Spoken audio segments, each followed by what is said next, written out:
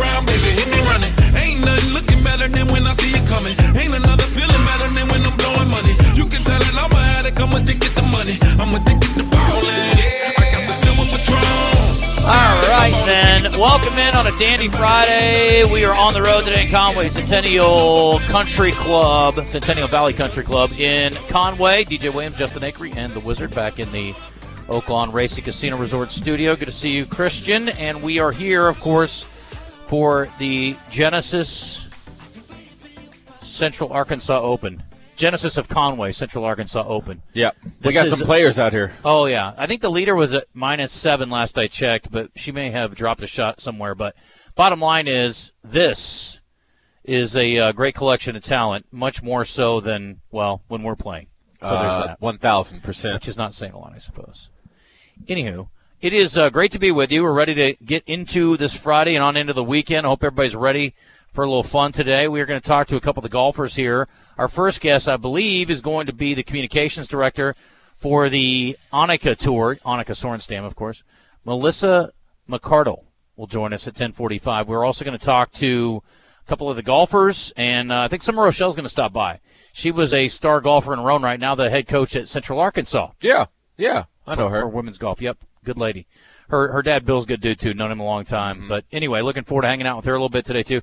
So we'll tell you what's going on with the tournament, and I will tell you the nuts and bolts is, and I heard Nita tell the morning guys, you not only can come and watch for free, but they will give you a golf cart while supplies last to drive around the course. Oh, that's awesome. And watch the golfers play. We can't do the show like that. Is that possible? We could. You'd have to have a little generator.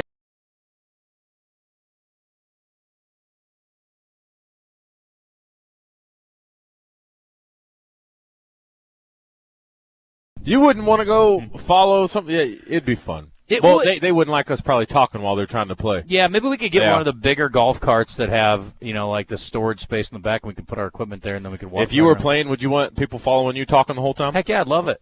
No, you wouldn't want right before you hit a shot? Or no, I'd be quiet right before the hit. We'd have to be quiet? Okay. Yeah, all right, we'll make it work. Yeah, I'm hoping that people understand what they're doing when they're driving around out here. You can't be driving willy-nilly. You got to be paying attention to what's going on. So, but that is cool. You're not going to find that anywhere else. That is great access, and it is cool with golf tournaments anyway. But at this level, they're only going to give you access, but they're going to give you a dang cart to drive around. So it's pretty awesome. What's the biggest news of the day from a sports standpoint? Is there a big story? Okay, good deal. Not that I know of. I think what, Christian? Not that I know of. I don't think there's anything going on.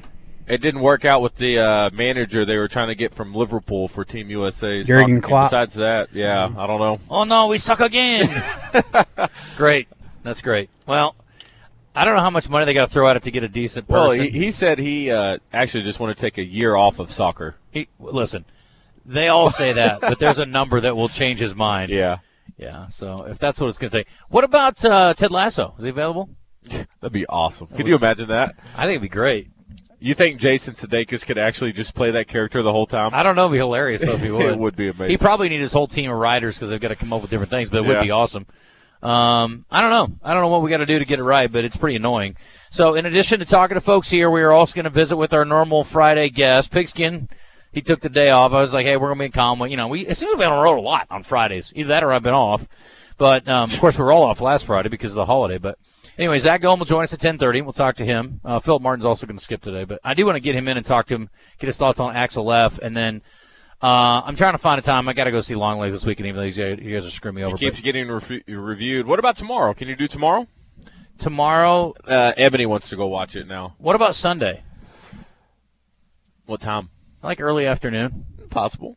I'm playing golf in the morning, I think, and then we will be available for like a matinee, and then because I've got a thing in the evening. But I could maybe do a matinee. Sunday matinee would be cool. All right, let's plan on that because I know Maddox wants to go, and so I think we can get a group together. But you can't judge me watching a scary movie. Oh, dude, I'm gonna be. I'll pee my pants. Like I'm the worst. I watch through my fingers. Here's the thing. I cover my face. What's funny is when I go to movies like that, they don't scare me at the time. But the problem for me is, especially the movie like this, that's a psychological thriller. I think it just keeps on my mind, and I keep thinking about it, and then like it bothers me more afterwards. 7 was that way. Like when I was watching 7, I wasn't scared. Yeah. I mean, it was creepy a little bit, and we jumped a couple times, but I enjoyed it at the time. Mm-hmm. Afterwards, though, thinking about how sick people are in this world, we told you the story this week about the guy that bow and arrowed 3 people. I mean, what's wrong with people? Crossbowed 3 people. Crossbowed 3 people. But anyway, so, yeah. So, Silence of the Lambs was the same way. It just really? Oh, dude. It freaked me out. You're paranoid, huh? Bro. You'd be that guy? There's sickos out there. There are. The Strangers was the same thing. I know it didn't bother you, but they wouldn't. If they kidnapped you, they'd probably give you back. That's what my mom used to tell me. What else? You know how our phones listen to us. Sammy Sosa, it was today, 21 years ago, that his cork bat broke for the good old Cubbies. Did we talk about that yesterday a little bit? Or it was a coincidence that happened. So 21 years ago today. You know what else was today, years ago? What was that? It was an addition to baseball. It was something that was new to baseball that was approved today by the how long ago? I can't give it a year. It would give it away probably. But it was something that designated hitter?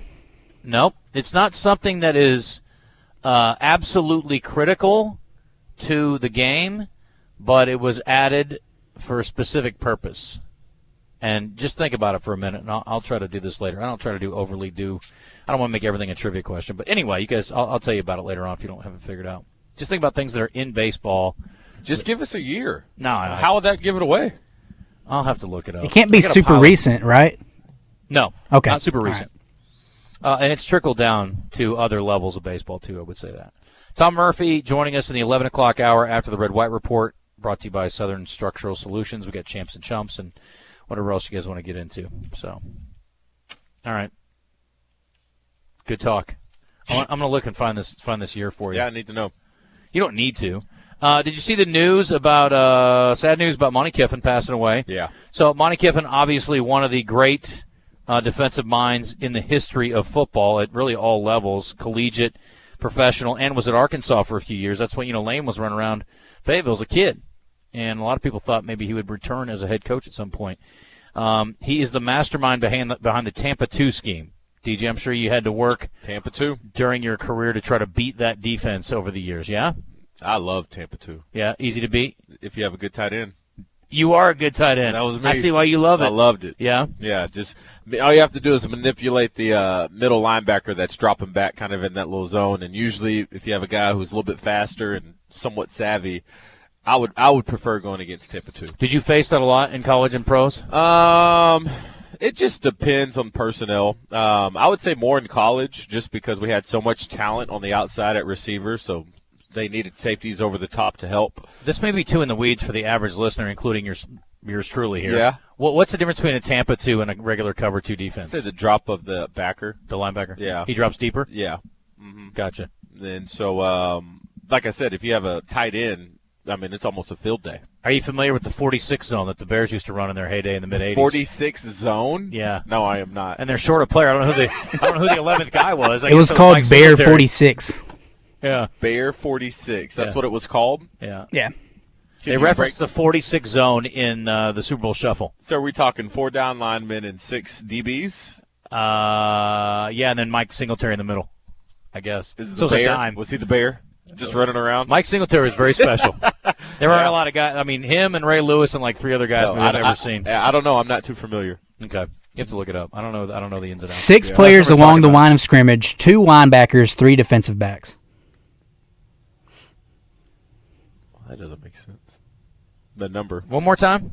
It's 6 players along the line of scrimmage. There's 8 men in the box, 2 players at linebacker depth, and then 3 defensive backs.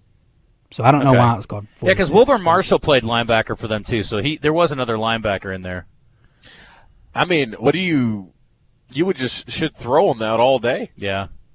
Maybe it was when there was some pass rush was so nasty. I bet. But DBs are like, you better get there quick. Richard Dent, eat your lunch. Yeah. Dan Hampton, eat your lunch. You can't do that nowadays. No, probably not. There's no way. Offenses are far more sophisticated than they were in the mid-'80s, but yeah.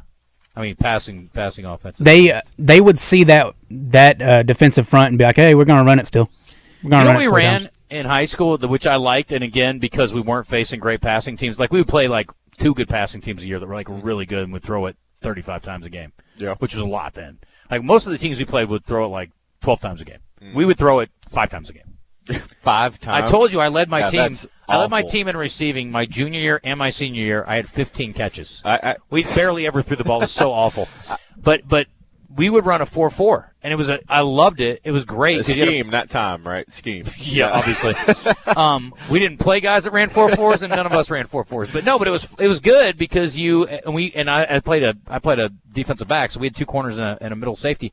And you would just kind of, if the guys rolled or the play moved to one side, you just kind of rotate the corner up, and then we would basically have a two deep. Mm-hmm. But it was a simple defense to run, and we were pretty good at it, I thought. And again, since we didn't face real sort of elite passing attacks that were real intricate, it was pretty easy to play. I'd say the most difficult front I've played against, and I would say if you have the personnel, the most difficult front to play against, period, would be if teams can go a 3-down front.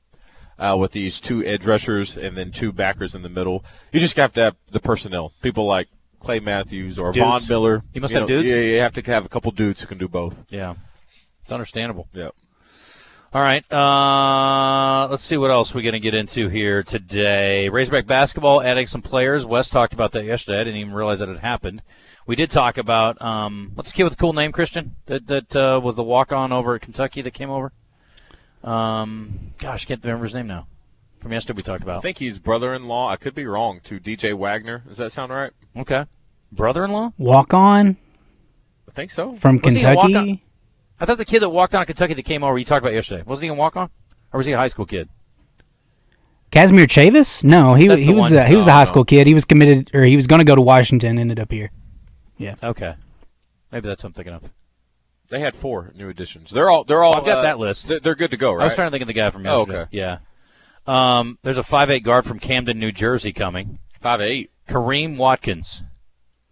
5'8" guard from Camden, New Jersey. DJ Wagner played at Camden, so that's probably the connection there. The brother-in-law? Yeah. Played in 20 games over his career, 4 rebounds, 4 assists, and 2 steals.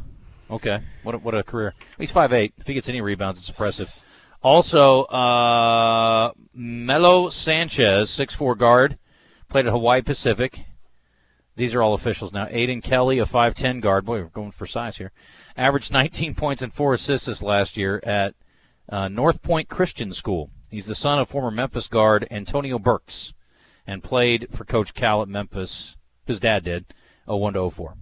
And his stepdad went to Tennessee and was a star guard there, apparently, Tony Harris. And then Karulatois. What a name. That's a cool name.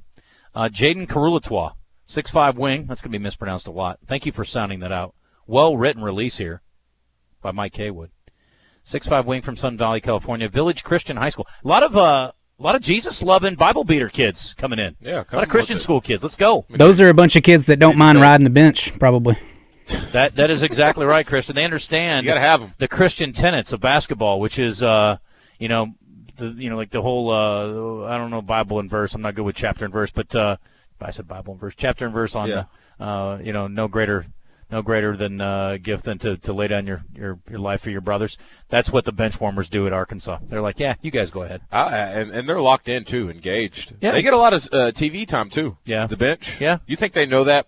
Whenever there's a big play, be like, all right, this is my moment. Because, they always pan to the bench. What do you think about guys who do, like, little acts over on the bench? Do you like that? We see that a lot in the NCAA tournament. Do you think that's cheesy and annoying, or do you think it's kind of funny? I don't care either way. Okay. Yeah. Thanks. It was brother. It's his brother that's on the team, not brother-in-law. Makes more sense. I'm like, these guys are a little young to be getting married, but it does happen on occasion. Oh. Ice, it just drops. Drop it like it's cold. Let's see. Oh, man, I got a couple weird stories today, too, I got to get into. Holy cow. Sorry, that's entertainment. Yeah. Countdown to kickoff is coming up. It is 2 weeks from today. 2 weeks from today. I can't wait. I'm excited. It'll be fun.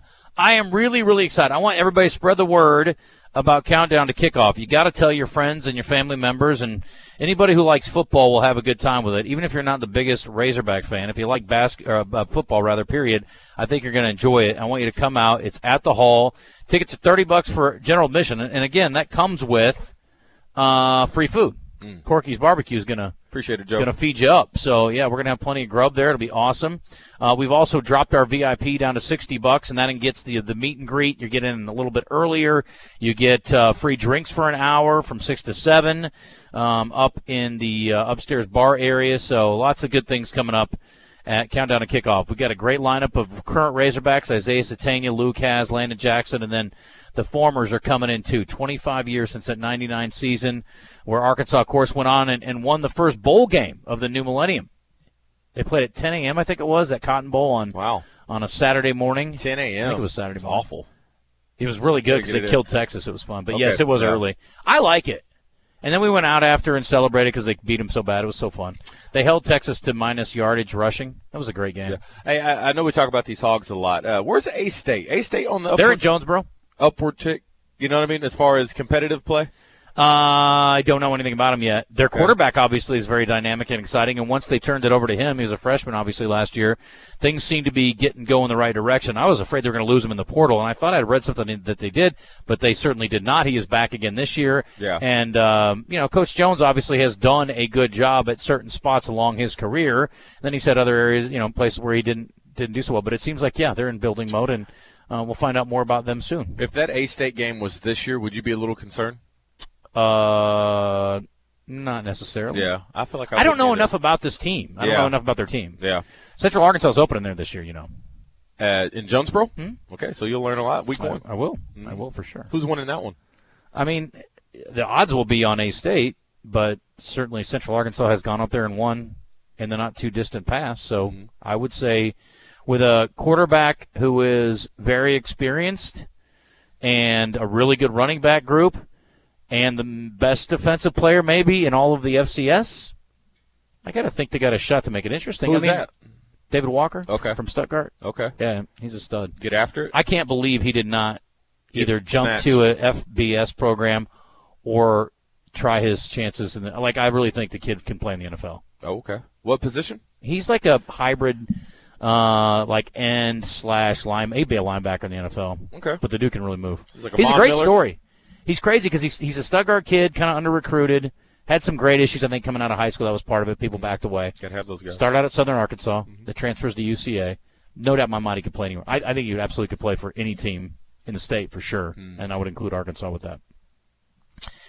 But, I think – I don't know. I'm still learning about UCA's group too, but they also have Shadarick Powell, who is an electrifying running back, and he played, I think, the second half of the year. He was not 100%, but if he's healthy again or will be healthy, he and Darius Hale, who's had an incredible career too. Yeah. I love their bunch. Like, offensively, they got a lot of good weapons. I like they got a tight end too you like. Yeah. 6'6" kid from McGee. Ooh. Yeah, he's nice. Okay. Jordan Owens. He got can some good hands? Yeah, he's nice. They didn't throw it to him a bunch last year, but I think you'd like him.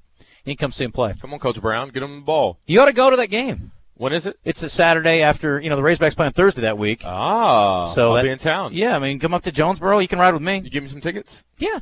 You can sit in the booth. So my one weekend off for the next 4 months, you want me to go to Jonesboro? I don't know. That's show research. It'd be tough. There are other teams in the state that play, It's just a little show research. I think you'd have fun. Yeah. Then again, maybe not. Also, Wimbledon is going on. We should mention that. Women's final set, 8 a.m. tomorrow. I'll be up with my you'll be in it. My tea and crumpets. Your girls, right? Or your little Italian stallion. Yep, she's playing in it. And then the men's final being determined today. We've got Alcaraz and Medvedev going. They split the first two sets, and then Alcaraz won the third. I haven't seen it in a minute because we were getting ready for the show, but the fourth set underway, and we'll keep you up on that. If you want to hit us up, we are available, of course, through the D3 Auto Sales text line. Also, live fan feedback, which is brought to you by True Service Community Federal Credit Union. This comes in from Clyde on the live fan feedback. What is all of this going to do to the quality of the game? What? Seems the quality will suffer when you're on a new team every year, or will letting the best players move to better teams with the best players create a better quality product, or will that only be the case for 2 or 3 teams? Will these kids think that they still need to improve when they make more than Dad has the past 6 to 7 years put together? That's an interesting question. I don't know, Clyde. The rich are going to get richer, but we knew that was part of the NIL deal, right? You say that, but it takes time to learn a whole system and build chemistry and understand how players play, especially in college. I think at the professional level it's a little easier because they translate better, defense, and you're just a little bit more experienced. But no, I would be very frustrated as a defense coordinator, even if I'm bringing them some studs to pretty much teach them to unlearn something and then teach them a whole new offense or defense. It can be frustrating. So yeah, I mean, it's the way it is nowadays, though. It is what it is. Clyde also says, I was looking at the depth chart and noticed the number of transfers we have on defense. JW noticed that too. He talked about it the other day. He's very excited about them. And the number of them that are riding the pine. Was our defense good last year and I completely missed it? No, you didn't. If not, it worries me. We brought in a bunch of players to sit on the bench. Bobby P can cook with our offense, but I'm worried about the D forcing Green into having to Superman every game. I don't imagine the last depth chart we saw is going to be accurate when we get into fall, right? I mean, outside of a couple names, there's no telling. I think the fall will be very competitive to see who gets playing time, especially on defense. Which is unfortunate because you would like, if you want a competitive season, you at least need to know who the guys are going to be, and I don't think they know that yet, but they'll figure it out. It will create room for competition, though, which is always good. This is on the D3 Auto Sales text line, Cream Watkins and DJ Wagner. They're brothers, right? Okay, yeah. That's what this guy says. Yeah. Ethan says, we're coming to countdown to kickoff for the first time. We got the VIP package. Let's go, Ethan. You're going to enjoy it. I swear. I think this is the best lineup we've had. Coach Nutt and Anthony Lucas and Clint Sterner, too. That should be fun. Yeah. This guy says stepbrother. John 15:13, thank you. That was good. Appreciate the Bible helps. This is why I need a pigskin here. They could have run the Bear 46 last year with Arkansas's terrible offensive line and had a field day. That's mean.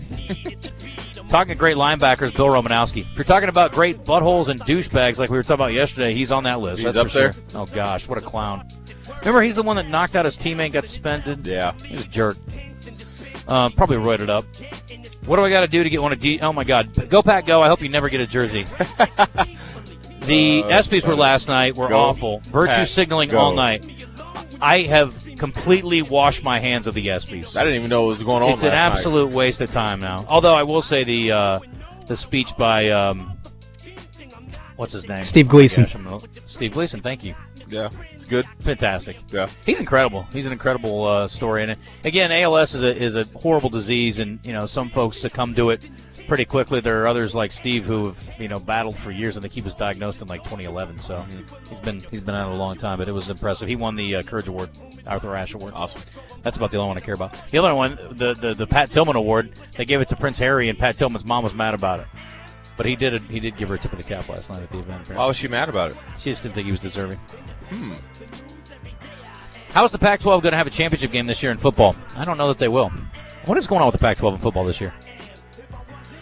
Are we West and East anymore in the SEC? No. That's done with. Right. What about the Pac-12? I didn't think about it. I didn't even consider them for football this year. Huh. What are those two teams doing this year? They're going to figure it out. Well, they figured it out. Their schedules are set. Who's Oregon State and who's the other team that was left behind? Oregon State and Washington State. What are they doing? Yeah. Will it be a championship game? Well, it can be. I mean, there's only two teams, but I guess there could be. I don't know. This guy says Randy is an expert interview with all the young ladies. He was amazing. Okay. I'll go back and listen to it. Jordan punched his teammate. Is he a jerk? Yeah.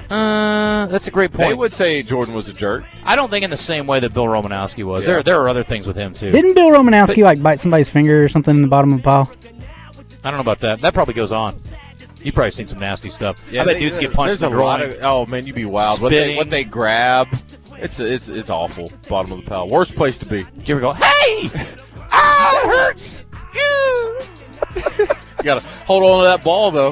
They tell you do whatever you can to get that ball out. This guy says, glad Will McIntyre's coming back. It doesn't happen often an athlete gets a 60 year. No doubt. I'm glad he's back, man. I hope he's back for his 7th and 8th, too. Yeah, he's shocker here. Livy Dunn just announced she's going back to her 6th year at LSU. She should. I mean, she's never going to make more money than she is right now.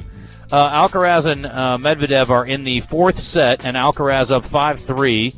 They are tied at 30-30 in the 9th game of that. So Medvedev serving, but Alcaraz can serve for the match in a moment and put this one away. Pretty awesome. The young star continues to rise. We got to have him and Djokovic. It'll be such a good Sunday final. It'll be fantastic. All right, we're going to hit a break. We are in Conway. We are going to be telling you more about the tournament here, the Genesis of Conway Central Arkansas Open. It's a mouthful, but there's a ton of talent to talk about. We'll check you on the leaderboard. See that? Looks like -7 to me, DJ. Oh, that's salty, huh? No, I was looking at Alcaraz. Oh, sorry. Yeah. I was looking at the leaderboard and saying, oh. Yeah. Anyway, 10:32, back in a second. Friendly, I can be if you tempt me, my tank is on empty, No patience is in me, and if you offend me, I'm lifting you. Countdown to Kickoff, presented by Clark Powers, July 26th at the Hall. Get your Tito's Handmade Vodka VIP tickets now at 1037thebuzz.com.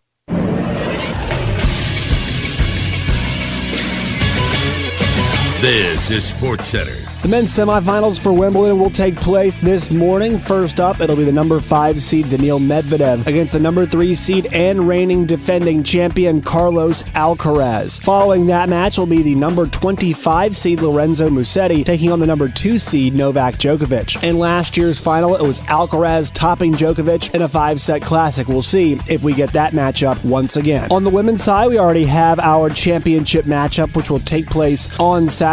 It'll be the number 31 seed Barbara Krejcikova taking on the number 7 seed Jasmine Paolini. I'm Josh Neighbors for the Buzz Radio Network.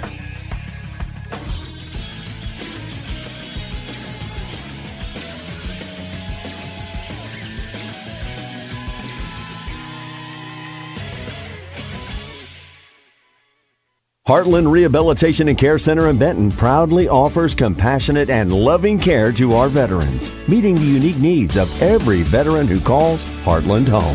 Visit heartlandrehabcenter.com. This is Pat Bradley for Brewskis, and we're excited to announce our brand new lunch promotion. Great meals for just about $10, ready in about 10 minutes. It's the brand new 10 and 10 lunch menu at both locations, downtown Little Rock and North Little Rock, served from Monday through Friday, 11 a.m. to 2 p.m. I'm talking smash burger, fresh chicken, Caesar salad, and classic BLT with plenty of options to grab a great lunch in about 10 minutes for about $10. Dine-in only, Monday through Friday, 11 a.m. to 2 p.m. at both locations, downtown Little Rock and North Little Rock. Get ready for the ultimate musical experience at Southland Casino Hotel's R&B Festival on Saturday, July 20th. Enjoy a free concert like no other with gates opening at noon. The lineup features the sensational PC Band and electrifying openers Jerry Rogers, Kia B, and DJ Big Raw. Indulge in delicious food trucks and beat the heat in our air-conditioned tent. One stage, 4 performers, one unforgettable night of music and fun. It's all happening at Southland Casino Hotel. Must be 21 plus. Play responsibly. For help quitting, call 800-522-4700. Hey, Don Dugan here, and I've been advertising Dugan's Pub on the Buzz for over a decade for a couple different reasons. Number one, it works. The other is because of James Ballantyne. He's been my guy since the very beginning, from always presenting a solid marketing plan, creating commercials and promotions to advise me on the best path going forward for Dugan's Pub. Ballantyne has been someone I've always trusted. He's done the same thing for Edwards Food Giant, Gravely Mowers, The Butcher Shop, and quite a few others. If you want your business to grow like ours has, call him at 501-350-1474. Hi, I'm Hunter Bell. When you think about Bell Chevrolet, we want you to think about family, community, and value. But right now, we also want you to think about Chevy trucks. We are loaded with new Silverados. Whatever you're looking for, we have it ready for you at Bell. Plus, new Tahoes and Suburbans, ready to load up the family for summer. Come see us at Bell Chevrolet, proudly serving Arkansas since 1912. Shop BellChevy.com today. Together, let's drive. For me, the sun rises and sets with The Zone. Yeah. We know how you feel. Don't worry. You're back in the zone with Justin Acri and DJ Williams on the Buzz Radio Network.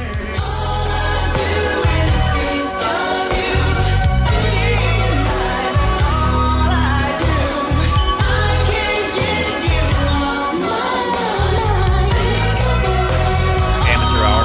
10:36. Welcome back in the zone. Live in Conway, Centennial Valley Country Club, the Genesis Conway Central Arkansas Open. It's the 5th year of this fine event. DJ Williams, Justin Acri on site. What's happening? Look at that. It's a very accomplished caddy right there. Look at you. I got to hear this story. Melissa McCardle's joining us. She is an Ole Miss Rebel. Don't hold that against her. She is also the communications director for the Annika Tour. Good to see you. How are you? I'm doing well. How are you? We're awesome. Glad to be back. We had a good time last year. It is amazing because, again, I mean, let's be real. Like, we don't cover this tour closely, but when you hear the stories, talk to the athletes, it's remarkable, and everybody's grinding. I mean, this is like, the nuts and bolts league where you're just trying to scratch out a living and work your way up. It really is a very inspiring storyline when you talk about the athletes that compete here and perform here, and from your perspective, it's a pretty good product to sell. Absolutely, and like you said, they're grinding every week, and so it's really cool to see their hard work pay off, and obviously their goal and our goal is to get them to the next level. Did you play at Ole Miss, I assume? I did not. You were not a player. I was not a player. You were a marketing managing person. Exactly, What yeah. was your major? Broadcast journalism. Okay, same thing. Yep. Yeah, I get it. Me too. I was too, and I ended up in this role. You majored in it? Yeah, I was a journalism, mass communication. Were you like on the Iowa State's broadcast thing?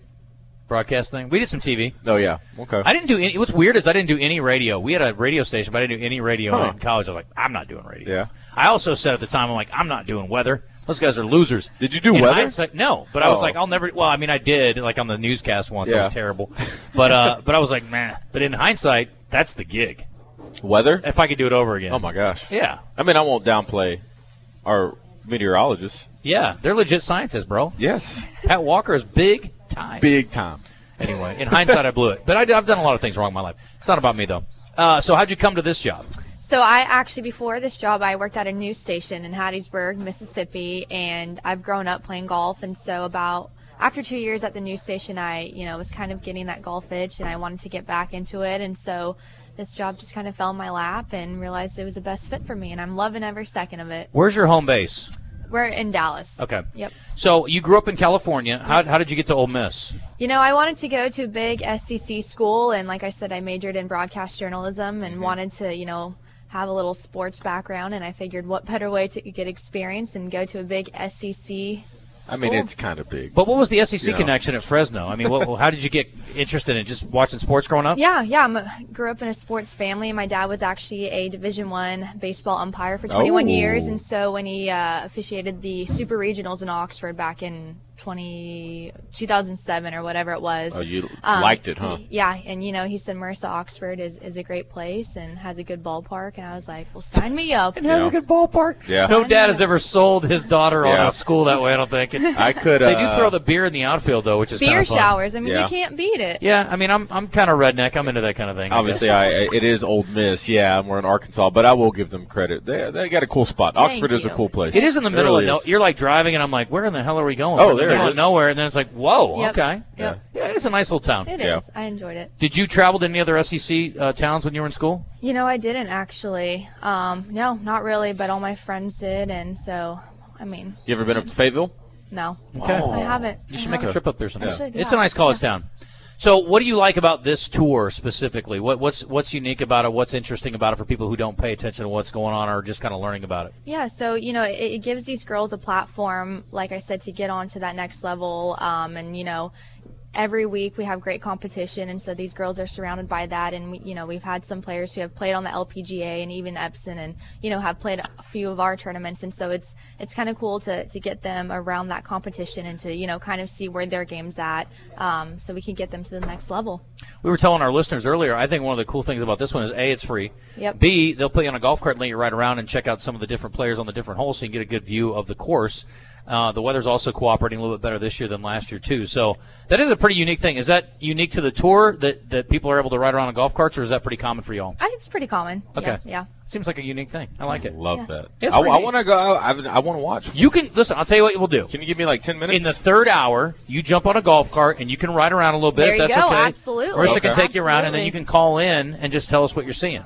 Okay. Is that cool? Let's make it work. You want to do that? Yeah, that'd be awesome. You can take Spencer out there. He could go? actually drive for you, and then you can just ride along. Don't throw me out of the car. This is going to be the coolest intern gig ever. All right. So what do you want to tell people about the event as far as this weekend and what the times are? When we teeing off, like the next couple days? How late are we going today? What's the scoop? Yeah, so come on out. It's free. Our final round is tomorrow. Tee times start at 7:30. The final group will probably be off around 8:58 a.m. It's very specific. Yeah. We like to keep it specific around I wonder here. how tee times became a thing. Like I'm playing, I got a tee time at like a 2:02 this afternoon. I love that. I mean, but how does that But happen? it helps you remember a little bit, right? I guess maybe. Yeah. I mean, it is very specific, but it is kind of odd. What do you want, like 2 or Why don't you just like 2:15? 8:10, 8:20. Like there should be like every. I don't know how long there is between tee times typically, but Usually about 10 to 11 minutes. okay. Yeah. So 10 to 11. Is there how make it 10. specific? Right? I know exactly. I don't know. You know, with how they space tee times out, is there some kind of unwritten rule in golf where you're encouraged to keep it moving? It's not unwritten. It's written. Oh, is it? Yeah, that's what marshals are for. They're like, you need to keep pace of play. Okay, they do say that. Like, Yeah, for you got to sure. get to it. Don't you? Or in our case, it's like just pick up. It's okay. Okay. You can go to the next hole. Oh, no doubt. I'm not wasting. I'm the fastest. I can get through 18 holes in what, Do you an still- hour? Can Me? you? I could. Well, that's dumb. Yeah. Wow. That's crazy. I mean, that's sprint golf. Yeah. Marissa, do you? What kind of player are you? What kind of player am I? Are you any golf-wise? I mean, Yeah. Wait, no, you're not out I'm talking there about your dating playing. habits. I'm like, whoa. I'm talking Yeah. about no. What's I mean, are you? She's are like, you- I got a couple. What's your handicap? here.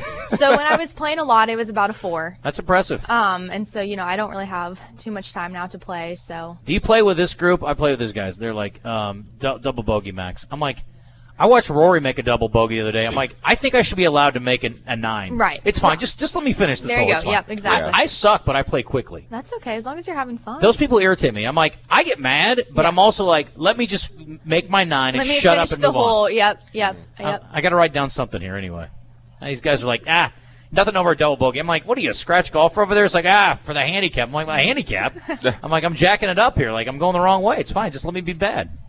You would take that long? I couldn't go with you then. No, but you're not going to. My 9 doesn't take any longer than your 5. I promise you. I agree. I'd pick it up. Yeah, I play as fast as possible.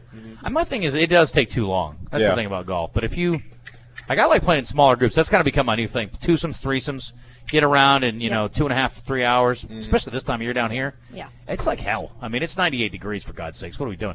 Now, do the players walk or ride on this tour? They walk. Okay. They walk, but they have an option of having a caddy. So some of them like to have caddies, but some of them just like to carry their own bag. Ooh. Yeah. I've never wanted to do that. Yeah, some of these girls love it. That's crazy. I know. That's funny. That reminds me of who's the comedian? Cat Williams was talking. He was on the podcast with Shannon Sharp, and he's like, you play the tips? And he's like, no, I do not play the tips. I found that they do not give you any extra credit for that. He's like, I'll play the women's tee if you let me, and I'm with him. I'm like, move me. I can't wait to be a senior. Yeah. Like, I'm not that far off, but you're in it. Oh, listen. Game changer. I'll move my old ass up tomorrow. Yeah. Let me go. I'm about that. Does it make that big of a difference? Sometimes it does. Okay. See, there's a woman that I play with, my buddy's wife. Well, she's my buddy too, but I mean, she is, first of all, she's way better than me now. But then she also plays the women's tees, and she's hitting wedges into the par 4s, and I'm like, oh, must be nice.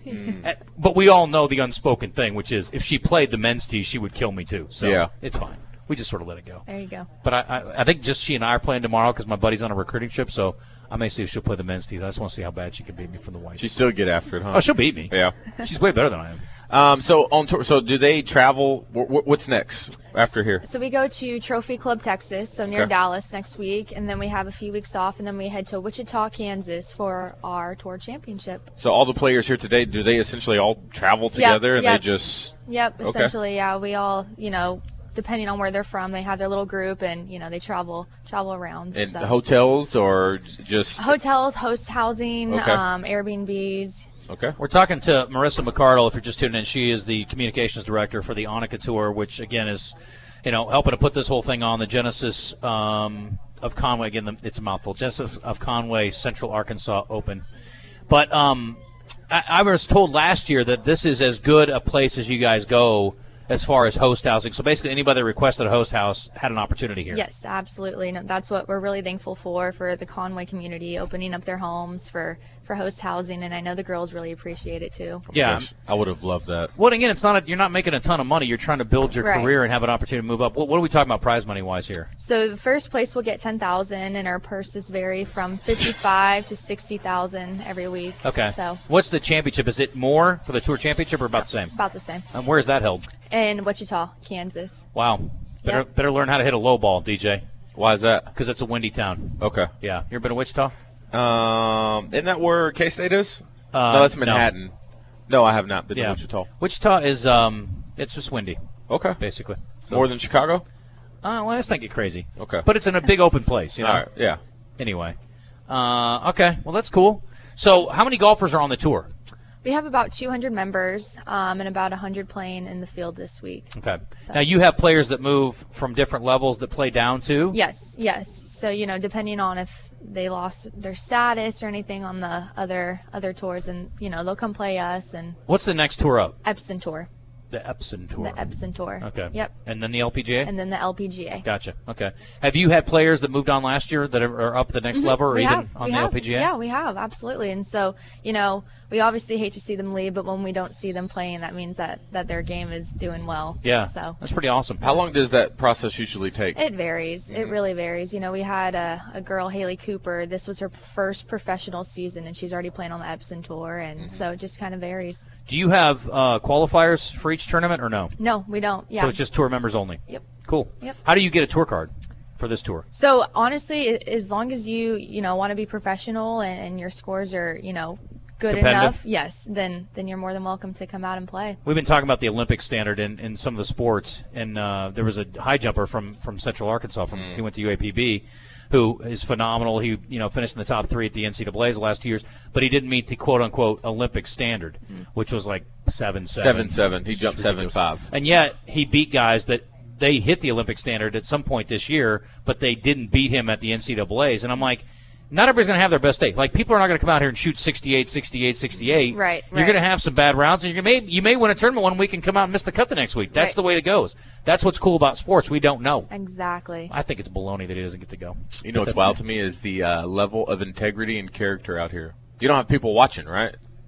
So you can't kick a ball out. That doesn't happen here. Yeah, no, that doesn't happen. Look at her screw up her face. She's like, "Are you serious?" These are professional golfers, sir. Yes. Do they pay an entry fee each week? They do pay an entry fee, and depending on if you're a member or not, that varies too. Okay. So, yeah. Gotcha. Yeah. Well, listen, thank you for having us today. Thank you for coming on with us, and best of luck to you. What year is this for you in your position? A year. Year one? Year. Yep. What day did you start? Did you do this tournament last year? I did. This was actually my first women's tournament last year, so kind of the anniversary. Yeah, how about that? Yeah. Well, that's great. It's been fun. Is your dad still working? No. He retired? Yeah, he retired. Does he still like baseball? Oh, he loves it. Yeah. That's why I grew up. I bet he's got some stories. Oh, does he? What's his team? He's a Braves fan? Is he? No, so he's in California. Giants. Oh, okay. I don't know. You're a Cubs fan, and I grew up. That's like the closest baseball team to where I live. Yes, how this works. Obviously, yeah. Fresno and Atlanta are a long ways apart. It's like Alyssa Orange is a Dodgers fan, and she grew up in Florida. Make that make sense. Maybe they have like a AAA or AA team there. Yeah, maybe that's. I don't know. I don't know these things. The Dodgers are a national brand too. I'll give her a pass. That's really? Yeah, they're kind of a big brand. Yeah. Okay, it's a little different. Boo, but we're Giants fans. Yeah, so, of course, obviously. Yeah. I mean, their fans do get into it. There's been some murders at those games. Oh yeah, it's outrageous. They don't play around. We Just don't saying. play around. Yeah. Dang, I like that. It's quite the thug. This one.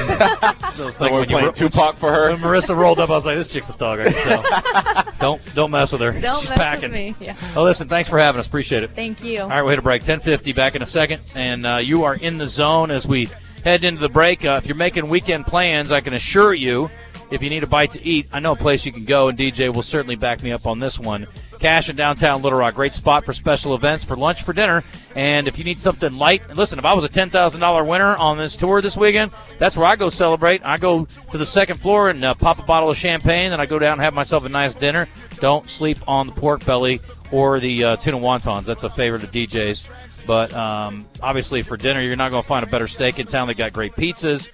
And, again, for lunch, it's awesome. But if you got a special event coming up for a group, big group, small group, anything in between, hold up to 150 upstairs. They've got the smaller space downstairs for about 30 people or so. Call ahead. Definitely get your event on the calendar, 501-850-0265, 501-850-0265, or go to their website, cashlittlerock.com.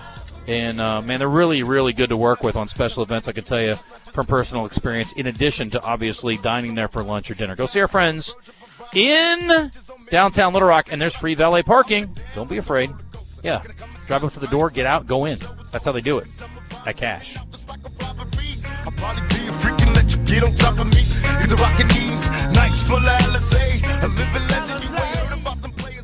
This is Pat Bradley for River City Flooring. And when looking for a local flooring and carpet store, check out my friends River City Flooring in Maumelle and visit their showroom to see their wide selection of the highest quality carpet, wood, laminate, and vinyl flooring at the best prices.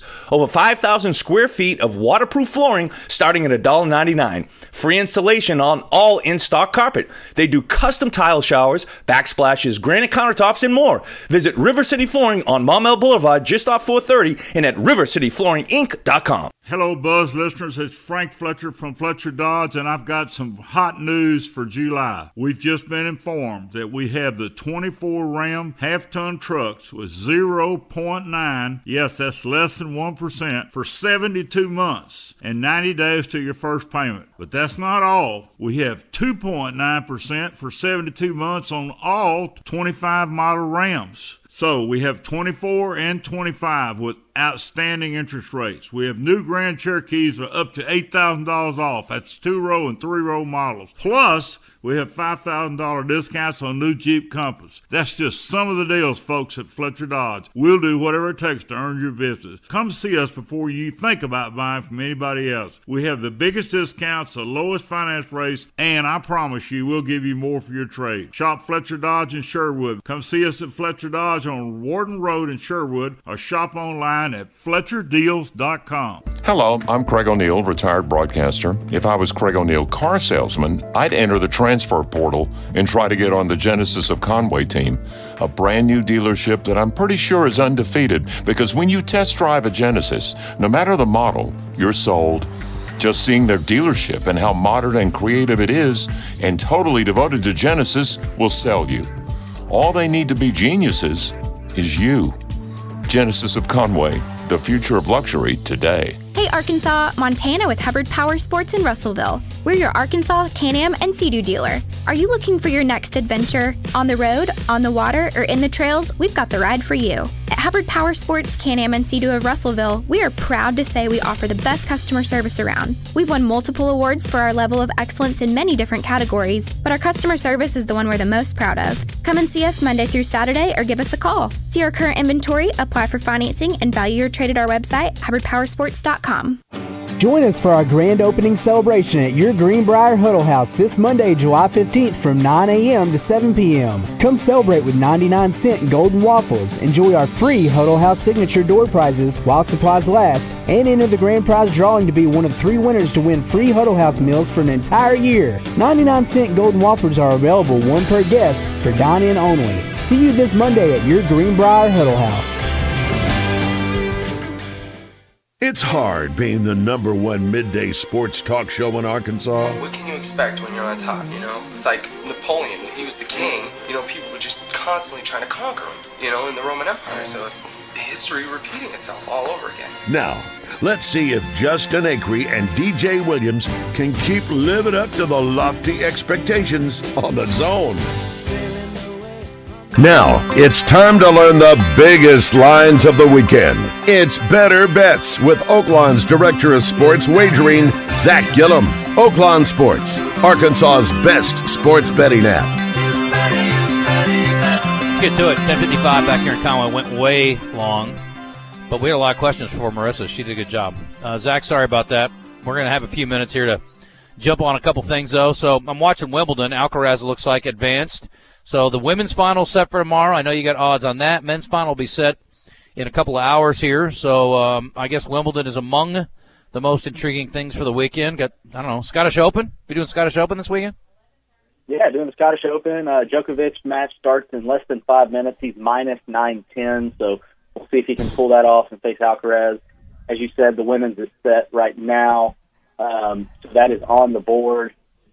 For golf, we have the LIV event on the board, the PGA event, which is going on, and then the right now Sergio is over in Spain. He's the favorite at plus 335 to win the LIV event. And then the Genesis Scottish Open next week is the Open Championship. Scottish definitely the favorite there. But looking at this week's event, the Genesis Scottish right now, Oberg is the favorite, plus 150, McIlroy at plus 400. Okay. I didn't know about, I guess I don't think about the LIV event, but you guys, we were just talking about that actually with Marissa from the Annika Tour, and you guys do offer LIV events each week too. Yes, we offer pretty much most of the major tours. So LIV, we have the DT World Tour, we have obviously the PGA Tour, Korn Ferry Tour, the Senior Tour. So a lot of golf on the board.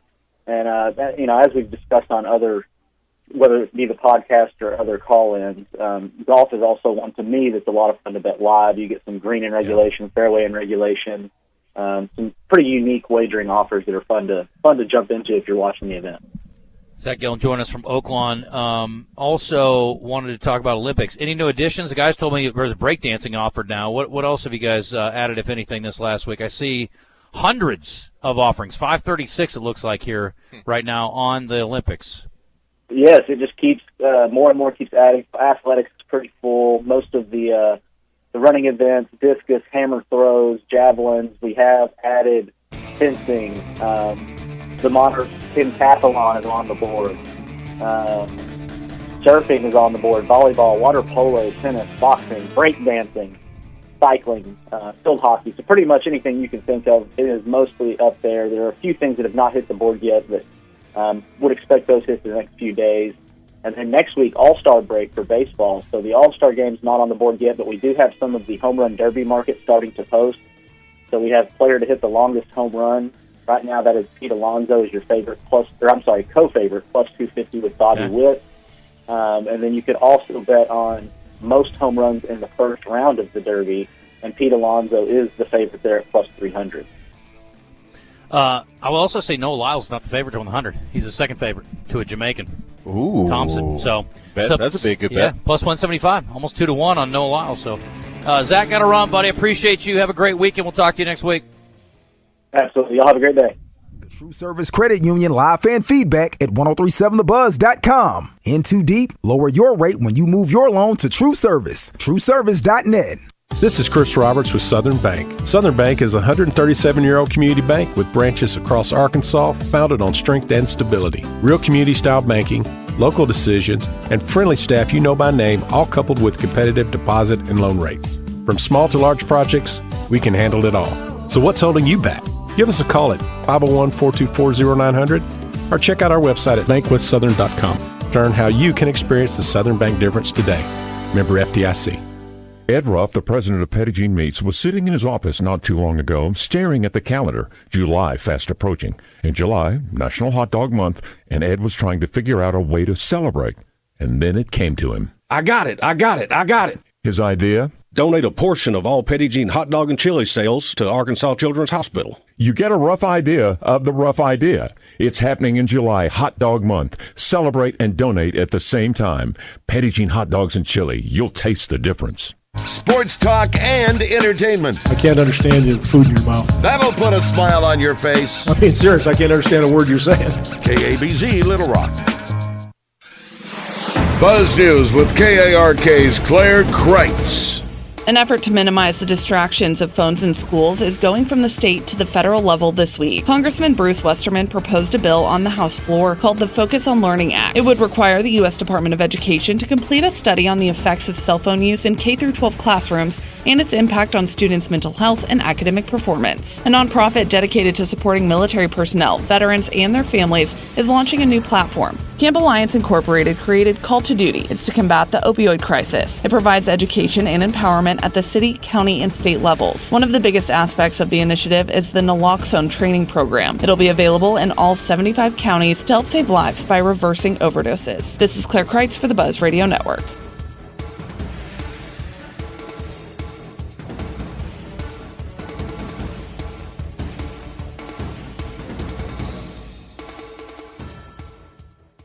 For interior, exterior, commercial, and residential painting, hire the pros at CertaPro Painters. Get your free estimate at CertaPro.com. That's Certa with a C. Weather from the Fletcher Weather Center with KARK's Pat Walker. It'll be another hot, mostly sunny day. Here in Little Rock, a high of 94 degrees. Tonight, mostly clear, falling to the mid-70s. Tomorrow, the mid-90s, a high of 95. And Sunday, a high of 96. For the Buzz Radio Network, I'm meteorologist Pat Walker.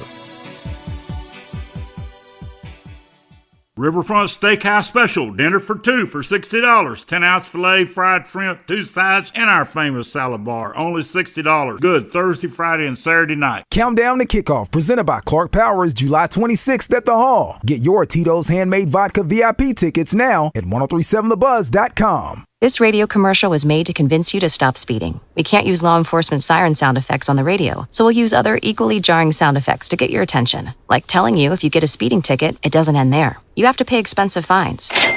You can't go to your friend's wedding because that also costs money. And your insurance rates could increase.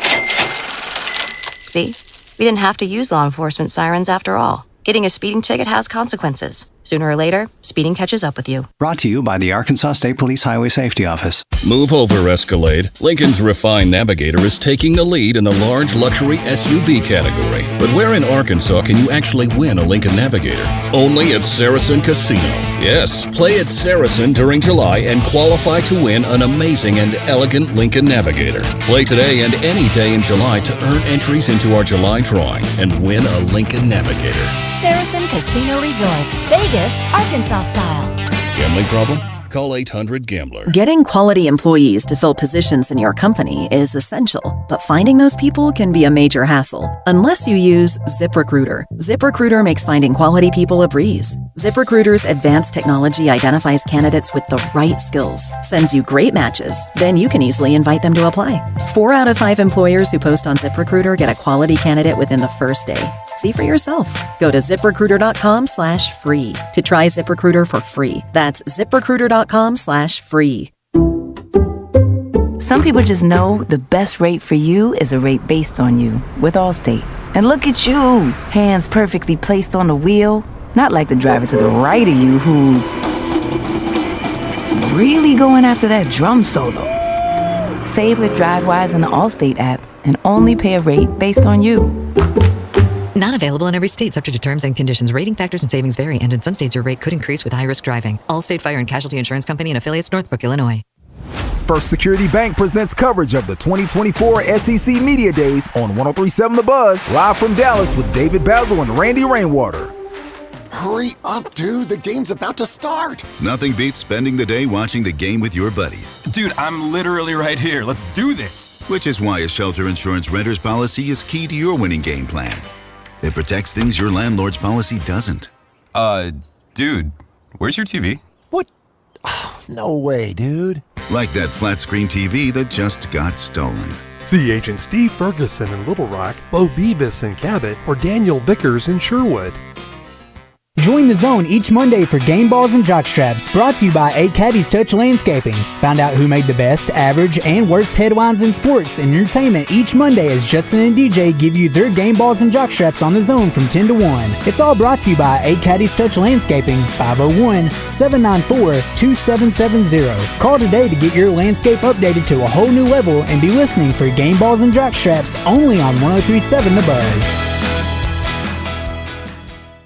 The wait is over. Dell Technologies Black Friday and July deals are live. Check out incredible savings on select laptops and more, like the XPS 15, powered by Intel Core processors. The XPS 15 brings you the perfect balance of power and portability, plus stellar visuals and immersive sound. When you shop online at Dell.com/deals, you'll have access to exceptional tech and electronics, plus free shipping on everything. Don't miss out on Black Friday and July savings at Dell.com/deals. That's Dell.com/deals. When you use Bounce dryer sheets and your clothes look amazing, it's the sheet. Less static in your life? Yeah, it's the sheet. Smelling fresher than ever? It's the sheet. Oh, so soft fabric? Ooh la la. It's the sheet.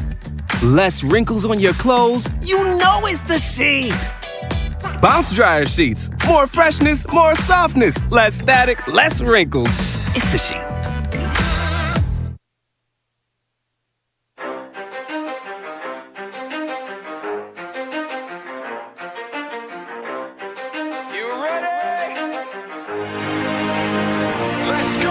You're in the Zone, coming to you live from the Oaklawn Hot Springs Studio. Oaklawn, Arkansas's only casino resort. Now, here's Justin Acri and DJ Williams on the Buzz Radio Network. This is 10% luck, 20% skill, 15% concentrated power of will, 5%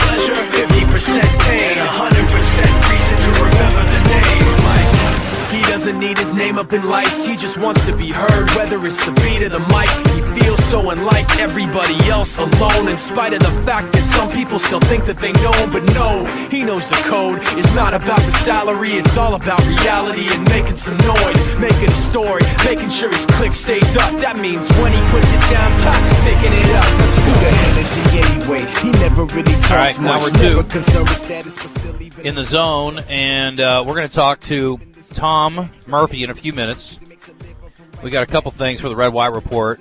Zach sent me a bunch of stuff, too, that we didn't get a chance to get to, and I'm sorry to Zach. We were kind of running behind. Marissa distracted us for an extended segment there, so my apologies. Not to mention, my time management is at times not too great. JW held on through the break, so let us squeeze him in here, and then we'll get to the Red White and Mr. Murphy. What do you say, JW? Hey, guys. Hey, DJ, you brought up a good point earlier about chemistry, the difference between the NFL and college. So my question is, they may do this, they may not, but let me ask you this. A quarterback is only good as his receivers. So, like this Kane Archer guy, for example, do they try to recruit that receiver? Because I went back and got bored last night, watched the game on Kane Archer, and there's a receiver on there that, man, he saved his day. I mean, honestly, on a lot of plays for Kane Archer. So did they ever try to keep them duos together so they'll have that chemistry coming into college so it'll help them get along a little further because they know this guy. They played with him in high school. Did they ever try to recruit both of them? And I'll hang up and listen. Thanks.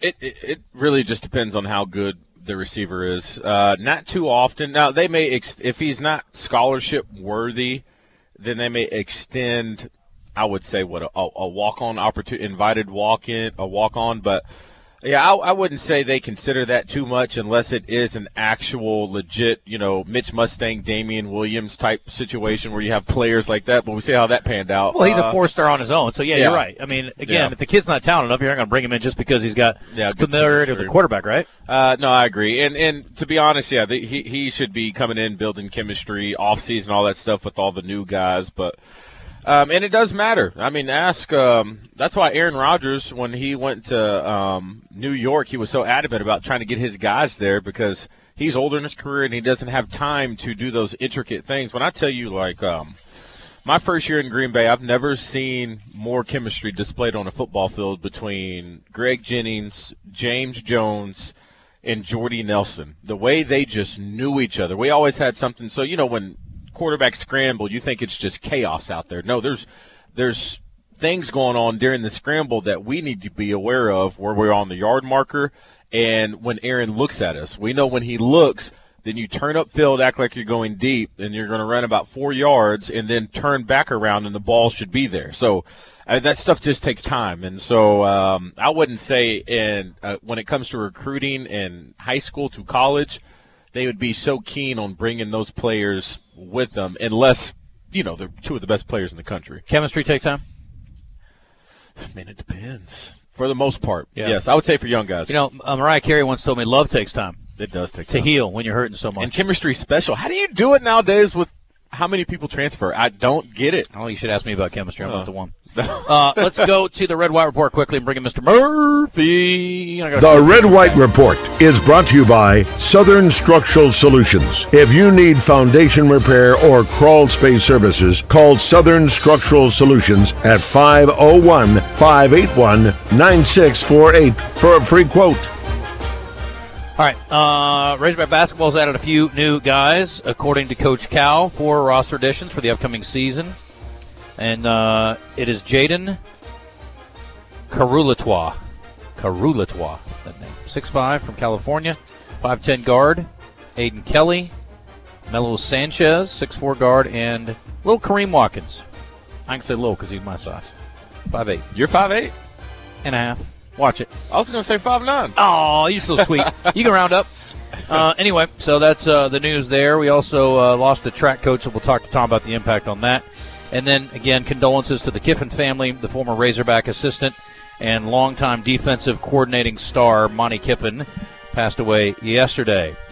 And I want to pass it along. But good dude. I had a chance to meet him. I'll never forget this. So I was at UCA, played at Ole Miss a couple years ago. and I went out in the hall at halftime. I was going to grab a snack, and Sully was in there, and maybe I can't remember what I was doing with Kane or Sully at that point. Anyway, I was getting a little break at halftime, and I must have been with Kane because I wouldn't have taken a break otherwise. I usually did the halftime stuff when I was with Sully. But I ran into him, and he was very complimentary of the way they had played, and he was just a very nice guy. And so we talked for like 5 minutes, and just a great guy, and obviously well-respected by really anybody who ever came in contact with him, football-wise or otherwise, I think. Would you say where is he at as far as defensive guru? I don't know. You have to ask Tom. He studied that. We'll ask him. Get his thoughts. Yep. I don't know enough about it. No. Like, who are the greatest defensive minds you can think of? I would think Dom Capers is one. Yep. Monty Kiffin, another one. Who else is up there? I know people are yelling at the radio right now. I just can't. I'm trying Saban? Belichick? Sure.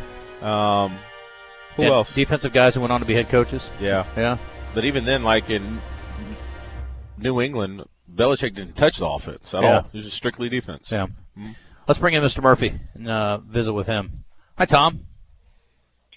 Hey, guys. I love conversations like this. So, Buddy Ryan, his son, the offshoots from the Buddy Ryan days. I mean, Herm Edwards is a great defensive guy. Mm-hmm.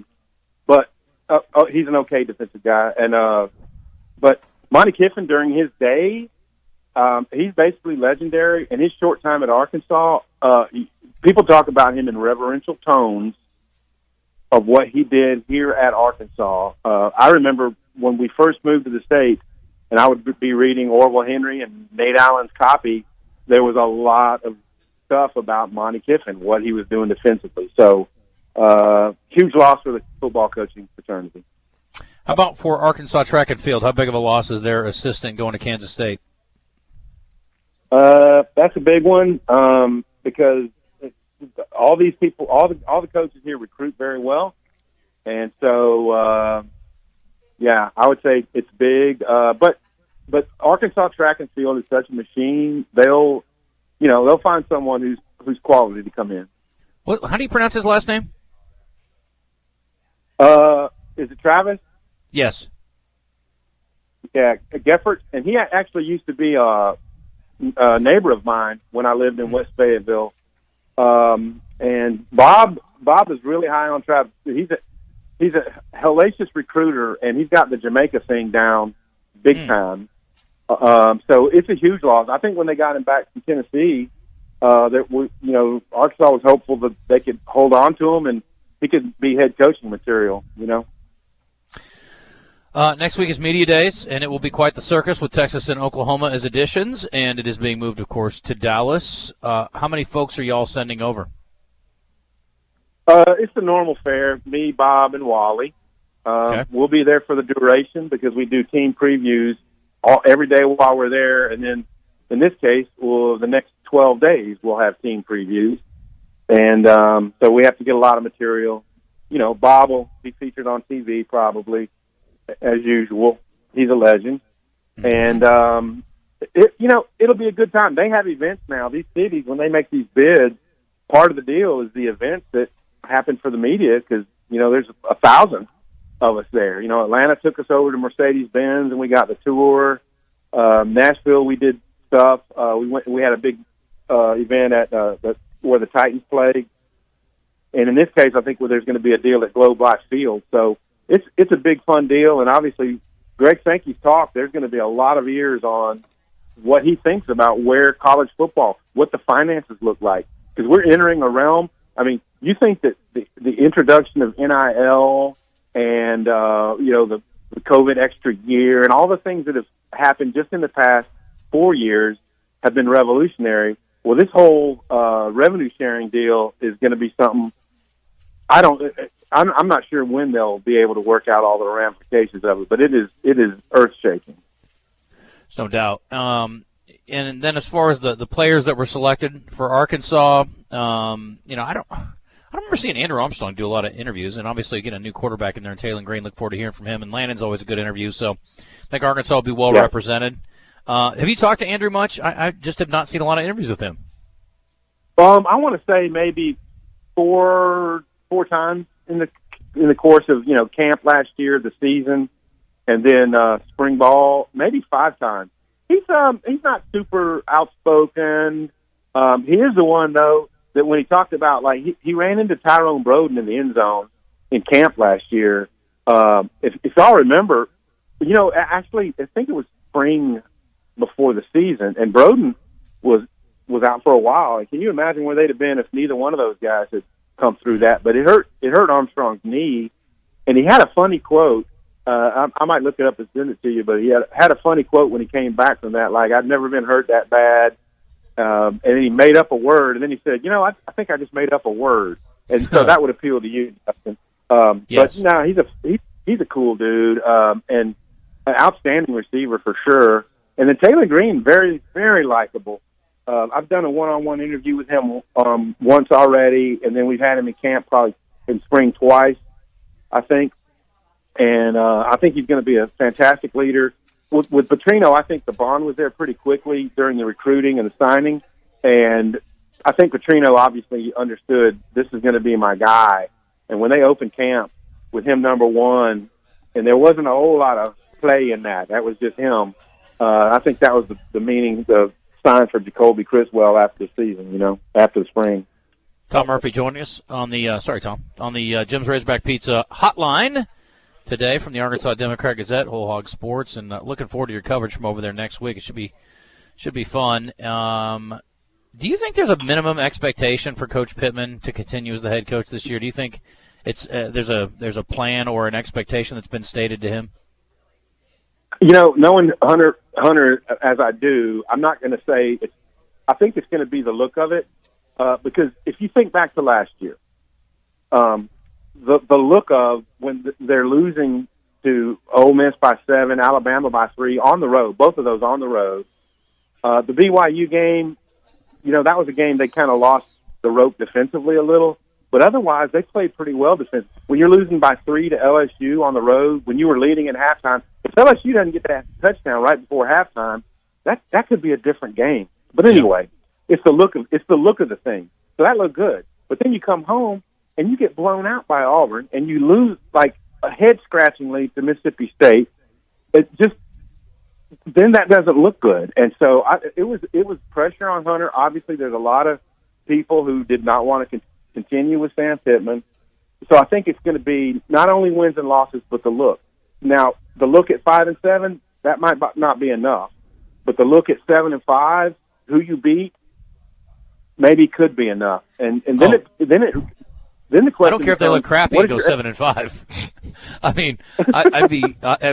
think any bowl game is a solid achievement this year for Arkansas personally, but I may be off base. Right. I will tell you this though, Tom, and you just recapped some of those. There really were a lot more competitive and close games than we. I mean, you think of last year and you think 4-8, you think 1-7 in conference, you think ugh.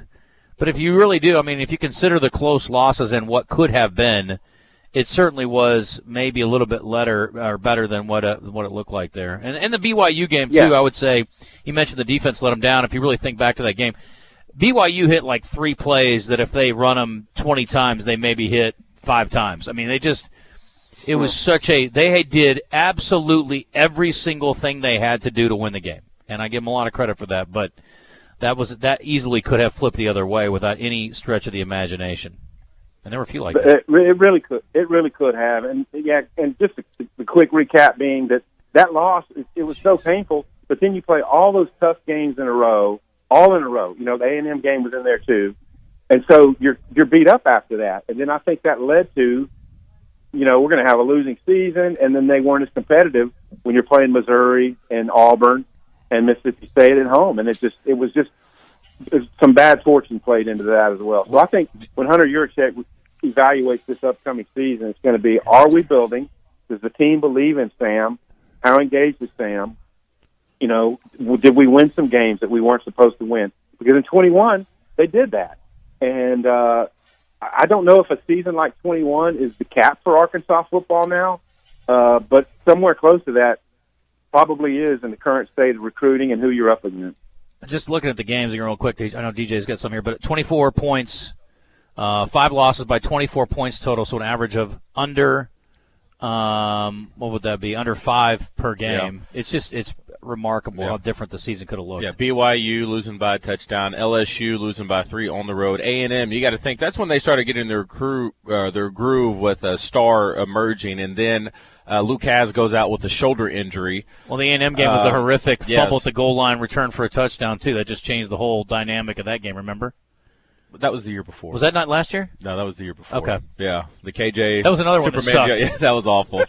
And then, Ole Miss only losing to 7 on the road at Ole Miss. That's when, Ty Washington got up. Then Alabama losing by 3. It is very deceptive. But, Tom, I would say there was some point, like, when your team captains and Rocket Sanders and KJ, you can kind of tell they just were over it. And they kind of just threw in the towel for the season. And that's where you started seeing these games where you're losing by 30 points to, Auburn and Missouri, then just a joke of a performance at who's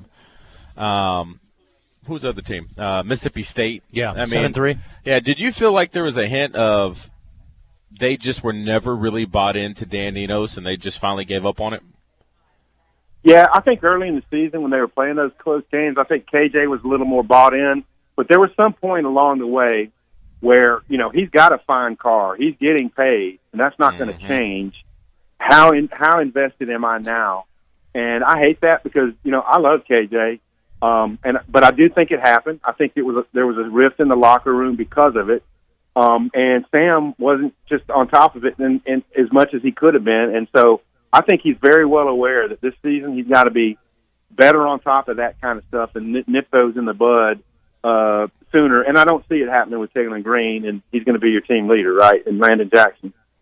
Yeah. How is the relationship between him and Coach Petrino at practice? Is he receptive to, I would say, Coach P's coaching style? Talking about Taylor? Yeah. Yeah, for sure. The lone interview I had with him that was solo, you could just tell that Petrino sold his playbook on him, and he's like asking him about stuff like on recruiting. So Taylor Green's not committed yet, but just basically his love for football, diagramming plays, breaking down defenses, looking for weaknesses and things like that really played into Taylor Green, and that he can improve him. And he needs to. He needs to, because his TD to interception ratio right now is 25-15, and so you're not going to get by with that in the SEC. Basically 2-1. So I was referring a little bit more to Coach Petrino's his coaching style. It can be very critical at times. I'll just put it like that. I was saying, is he really receptive to that and able to look past what some people may struggle with as getting on to me, but no, he's actually trying to coach you up? Because I don't know, Tom, with KJ and where he said we're making the money, we got the nice car, we got this. I don't know if KJ would have been very receptive to Coach Petrino's coaching style. That is an absolutely fantastic point. But I will say this. We saw every minute of spring ball this year. And Petrino did the toughest, harshest things a little under his breath. It wasn't as obvious as it was when he was a head coach. Mm-hmm. And I do believe that he's mellowed in that respect and understands that today's players, you might lose them if you do that. Even if they believe in what you're teaching, you might lose them some. And so I think he's mellowed. Taylor Green you could tell every interview we had, he was fine with the style, and he understands that Petrino can get on people. DJ, I have a story. I brought my young daughter one day to the day that there was a practice, and then there was a football kickoff. So this was in camp, one of your years, and he was getting on to Garrett McGee, and he got on to you. And my daughter turned to me, because he was in rare form, and my daughter turned to me and said, "I don't like that guy." My mom said that plenty of times from the stands. Yeah, plenty of times. Yeah. It's tough. He's mellow, but DJ, you could take it, man. I mean, you had to have thick skin. Oh man, you didn't have no choice. I mean, I know there's some people who've got bad blood because he's not wearing Razorback jersey anymore, but I will be curious to see how KJ does with Gus Malzahn on this fall. Be interesting to watch them work together. Should be. He talked about an emphasis on the deep ball, Big 12 Media Days, and be curious to see how many shots downfield KJ gets to make. KJ could throw it. He had one of the greatest deep ball, success rates in the country 2 and 3 years ago. Mm-hmm. So that'll be interesting to see too. Anyway, all right, well, Tom, we'll let you go. Appreciate the time, and we will visit with you next Friday. Outstanding. We'll probably be heading back from Dallas that day, so look forward to it. 2 weeks from today, countdown to kickoff. Again, brought to you by our friends at Clark Power. Tom, you and the newspaper crew are all welcome. We'd love to treat you guys. Again, if you want to come and hear from a few of the Hogs that I guess 2 out of the 3 that are joining us will not be at Media Day. So if you guys are looking for any content in a couple weeks, we'd be happy to have you guys. If you just want to come down and hang out. And you got a place to stay at my place, Tom, if you need it. And I got you. And we'll feed you Corky's barbecue. Oh, yeah. Take care of you. Love it. I brought this up to Bob. He sounds intrigued. We'll see you. Right, Bob can stay, too. Thanks. Tell them to bring the cat. See ya. It's Tom Murphy. Does Bob have a cat? Yeah. I could see that. 100. Much better fit for a sports writer. Yeah. When you're on the road a lot. Yeah. Makes sense. I get it. Got some other things we won't get to. We should have another guest. Hopefully we've got a player that's finishing up. We are at the Genesis of Conway Central Arkansas Open. Do want to thank Chris Crane and the folks over at Genesis for letting us come and hang out today. We're the last of the 4 shows to make it up here today. Last year we had a couple of the players on. I hope we can do that again today. I had a couple of questions related to the tournament from some folks on our D3 Auto Sales text line. So let me hit that real quick and then we'll hit a timeout. Somebody had asked about bringing your own golf cart, and it says I live down the street. They said, yeah, you can bring your own cart, I'm told.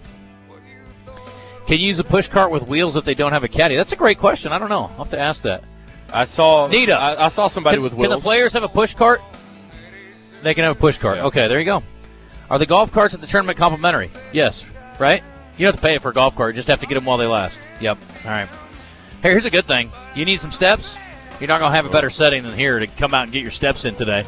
So if you want to burn a few calories, pretty good move. Just saying.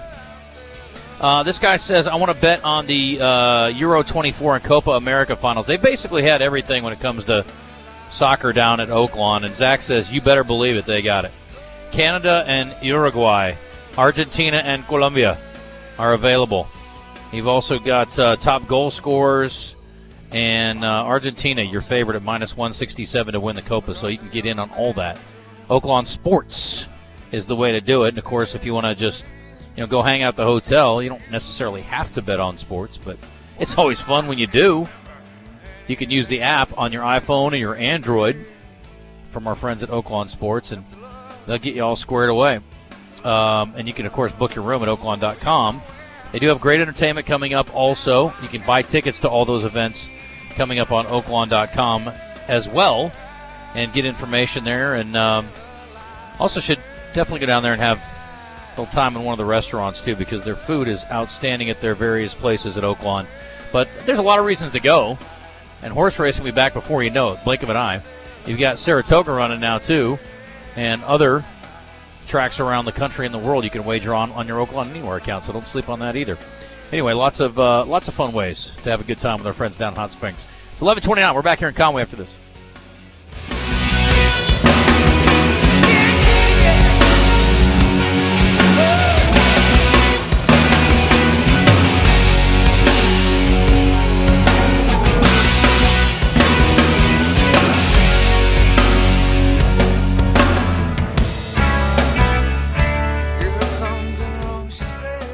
The Zone Hotline on 103.7 The Buzz is presented by Jim's Razorback Pizza with 2 locations, Highway 10 past Taylor Loop and just off the Morgan Mall Mill exit.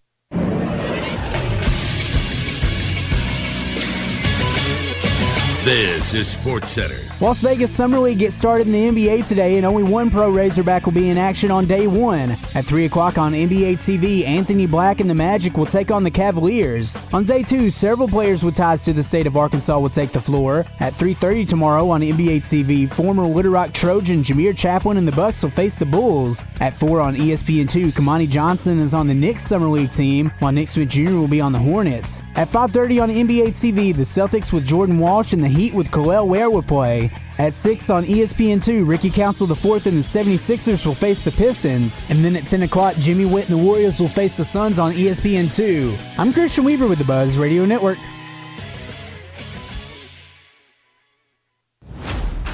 Join 103.7 The Buzz as First Security Bank presents coverage of the 2024 SEC Media Days. David Basil and Randy Rainwater will be in Dallas with the latest news, interviews, and highlights. Brought to you in part by Kaufman by Design West, UAMS Health, Beechwood, Pinnacle Hotels, and Bet Saracen. And be sure to watch 103.7 The Buzz social media for live videos, pictures, and much more. It's 103.7 The Buzz, live from SEC Media Days, presented by First Security Bank.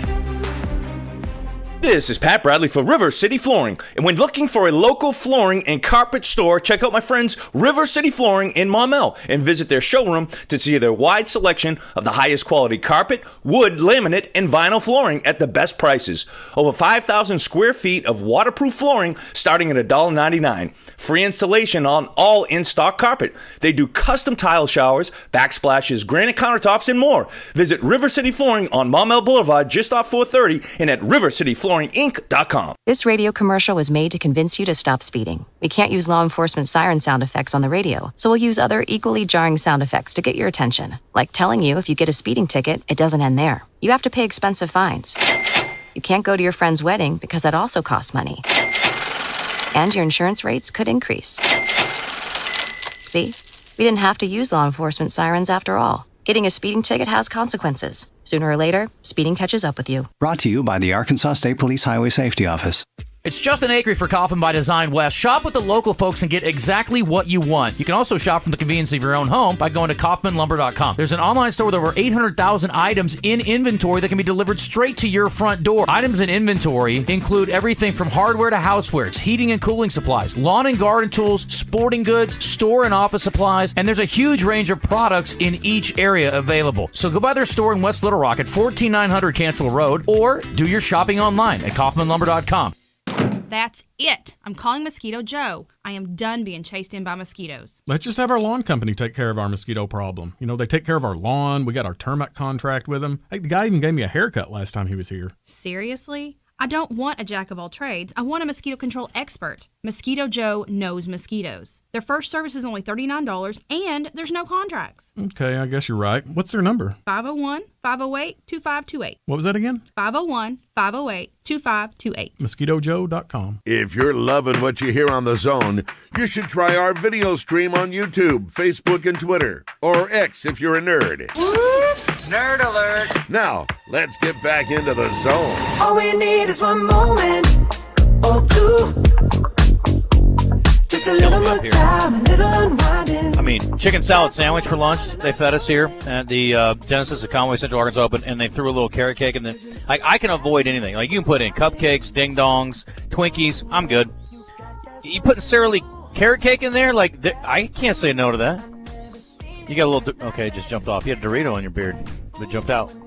I know. You got a little bit on your lip right there, too. I know. You saving it for later? Yeah. All right, cool. Let me be. You can be whatever you want. If you want to look like a goof and carry Doritos around your beard all day, I'm looking out for you. That's what friends do. You're looking out for me, and you let me walk around and look like Freddy Krueger for half a day when they put that face mask on me and I didn't get it all the way off. I did not know what the deal was. I thought there might have been an incident. You thought I had some skin condition. I thought you might have. I didn't want to be weird. We just started working together. Yeah. I didn't want you to think I was paying that close of attention to you. Well, Abby O'Neill's joining us. She is the tournament manager for the event here in Conway, the Genesis. I don't know. We're not like contractually obligated to say Genesis a certain number of times, but I do want to say their name a lot because they're great. Yeah. And they've made this event happen, and we're 5 years in now. Genesis of Conway Central Arkansas Open. I do think we maybe we got to find a way to sync that up a little bit. But I'm just saying, I'm good. I'm a wordsmith. I like to be efficient, but it is cool. It's a great event. Anyway, Abby, I digress. Good to have you. How are you? Thank you. I'm good. How are you guys? We're good. So Abby's responsible for all of the 12 events that go on around the country. How far west do the tournaments go? West. Texas. Okay. Yeah. Far enough. Yeah, we're trying to get out there. Are you trying to be regional? Yeah, no, we're trying to get out there. So next year we're hoping for Colorado, Florida, South Carolina. Okay. And how far east do y'all go? Say Arkansas, please. What's further, Mississippi or Louisiana? My Mississippi. geography's bad. Yeah, Mississippi, and then we went up to Illinois. We stand on top of Louisiana. We look over at Mississippi. Yeah. You should ask me about my geography. He's not even sure where Little Rock is right now. So, anyway. What's unique about this event? We were talking to Marissa a little bit earlier, and the fact that this is a community that truly has. But I mean, that's so typical of Arkansas. But they've embraced the event. We're kind of like, whatever. Hey, we're cool. It's great. People want to come and invest in Arkansas. People here will certainly give back and support. I think it's great, and I'm not surprised by it. But it sounds like you guys got a great reception here. Yeah, I mean, it makes our life easier. When the members love to have us here, they're not upset that we're taking over their course for a week. I know it's tough for them not to get out and play the golf course. But just having the support of them, and everyone really wants this tournament to do well and to be a success, and just having that support behind it and making sure that these ladies are well taken care of and that they're supported as well. I think it's great, and you guys are doing a great job here in Conway. Well, listen, we like to support, and we're happy to promote, too. I think it's great. Any event that helps the community, we're about that. So this is going to be a tough question. Do you know what the best score is from the tournaments that have been played here? Do you know what the lowest number is? Because I saw a -7 up there in the leaderboard. That's pretty salty on this course. That is a very tough question for me. This is my first year on the job. Okay. But I can definitely look it up for you. If you I'm just curious. It's not a huge deal. I was just kind of curious. But, I mean, the thing I like about this layout is there are some very challenging holes. And if you know this course well, there are some ways to take advantage and maybe cut some dog legs, things like that. The par 5s are also gettable for people who hit it a long ways. Even I have a shot occasionally to reach a par 5 and 2 here, and that is not something that I'm used to anywhere else I play. So I think it does afford the opportunity if you hit the ball well and know the course a little bit. And obviously course knowledge helps anywhere, but it's a cool layout, I would think, for a tournament like this. Yeah, for sure. I mean, every course is different, and it plays to different games that the ladies have. I think the greens are great here. They've done a great job this year. But overall, I've heard no bad things about this course from the ladies. Our leader's at 9 under now. That's filthy. Getting after it. Yeah, that's serious. You still going to let me hop on that golf cart and go check this out? Okay. DJ's going to jump on a cart and after the second hour and go out and try to find maybe where the leaders are. And do you start pairing them up according to their leaderboard position today? Yes, after the cut, we put them in order. Okay. How do you decide on cut? So it's 40% in ties. Okay, gotcha. So we just take 40% of the starting field, and then we take ties with that as well. Does everybody who makes the cut get a check of some sort, or just a certain number of positions? Yes, everyone who makes the cut will get something out of it. Okay, very good. Except for our amateurs, obviously. Right. What percentage? Well, how many amateurs do you have in the field? Ooh. Well, we have 9 collegiate players, so they're all AMs, and then we probably have about 3 AMs in the pro series or pro division. This is a dumb take, but I mean, just add it to my list. I think it would be cool if there was a universal rule in golf where you're an amateur playing in a tournament, and typically they're qualifying through amateur events to get in a lot of cases, unless they're playing like a play-in opportunity, but or a qualifier. But I think it'd be cool to be like, you know what? I'm not an amateur anymore. I'll take my check. I'm done. I'll go. Oh, I'm turning pro today. Give me my check. Could they do that? No, you can't do that, but I think it'd be cool. If you enter as an amateur, you're not allowed to get the prize money, right? No. But it'd be cool if you did. Don't you think? It'd be like, today I became a pro. Give me my check. How does one go from amateur to pro? You turn pro. That's all you got to do is say, hey, I'm going pro? I don't know. What's the process here? I think you go through a process with the whatever tour. You got to qualify. Yeah. But you can just turn pro whenever you want to. What would be the holdup of not wanting to go pro? Just because some amateur events give them status and points, and you can't play an amateur event if you're a pro. Yeah. Okay, makes sense. There we go.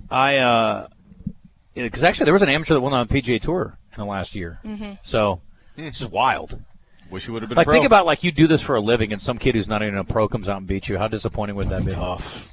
And he won the whole tournament. Yeah. But, I mean, these collegiate golfers are obviously salty. They can play at a high level. So, do you have someone who has been like your, I don't want to say Tiger Woods, or your Scotty Scheffler, somebody who has been dominant through the season so far or won more than her share?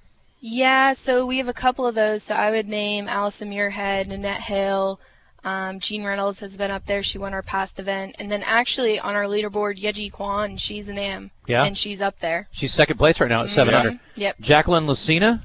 Yeah, she's new actually to our tour. I think she's only played a couple events with us so far, but she's been up there every time. She's in first place at 9 under par, so she's obviously settled in nicely. Do you know her backstory, where she's from? I do not actually know. I'll look her up. That's pretty cool. What do you think what are the biggest misconceptions about golfers on this tour and kind of what's going on in women's golf?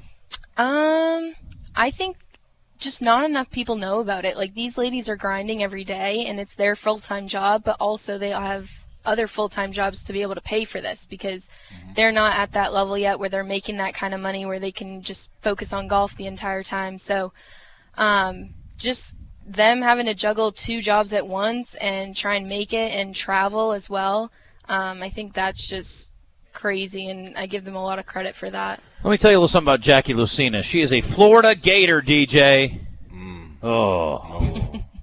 She's doing a nice job. Good for her. Yeah. She's from Chico, California. Home of Aaron Rodgers. Just got through talking about him. She went to Pleasant Valley High School. Her low round ever is a 66 in the Moon Golf Invitational. That's pretty salty. Her best finish ever, 2nd in the Windy City Classic in 2021. That may change soon. Those are collegiate best, but I don't know. I assume she hasn't won professionally yet. But maybe she has. You talked about like the grind of them needing to do this as their profession and still have another job. At what point or how long do you think it takes for them to realize I'm going to keep doing this, or it's time to move on? Yeah, I think that's the fine line. Like, every girl is different, and just kind of until they feel that they're ready to retire and give it up and just kind of move on. But I think most ladies are taking it into their 30s and 40s, and they're still grinding, still working at it because they love the game. They love playing, and I think one of the ladies said earlier that it is nice to also have a job because you can take your mind off golf at some points. And other players on the higher level, they can't do that. Golf is constantly on the mind. So I think it is a good break for them, but it is definitely a lot of work. I feel like it's constantly in your mind, and you don't even. That's what I was saying. The irony of that is, like, most of us are always thinking about golf, and it's not our job. They're like, man, I got to tell you, I can't take any more of this golf stuff. What a deal. But, yeah, if I was getting paid for it and it wasn't just to – and I actually play like I'm actually getting paid for it, like an idiot, like I care. What a dummy. But, like, it is. It's a lot. And it's fun for us. And I'm sure it's fun for them a lot of times, too. But for sure. Yeah, I mean, it's got to be nerve-wracking. Yeah, they all travel together. They're all friends, so it's a great relationship that they have with other players, and they're meeting people from outside the country, different states. So it's a great relationship they have with some of the ladies. You say that. We're talking to the tournament director, tournament manager, Abby O'Neill. There's got to be some kind of rivalry and some bad blood. Like maybe they played against each other in college or high school. Really don't like each other. All levels. There's always some back talk. Oh, man, that chick, she's terrible. I can't stand her. I mean, there's got to be some of that, right? I mean, some of it probably on the course, and then some players kind of get upset if others are playing a little slow and they want to keep going, and then they get put on the clock and they have to speed up. So we do have rules with that. But I think at the end of the day, when they're done, they're all congratulating that girl who's winning at the end of the day. So they're all there for her on the green on 18, and they're spraying her with water, and they're happy for her. So this reminds me a little bit. I think a good analogy would be like jockeys. Oaklawn and horse racing in Arkansas is huge.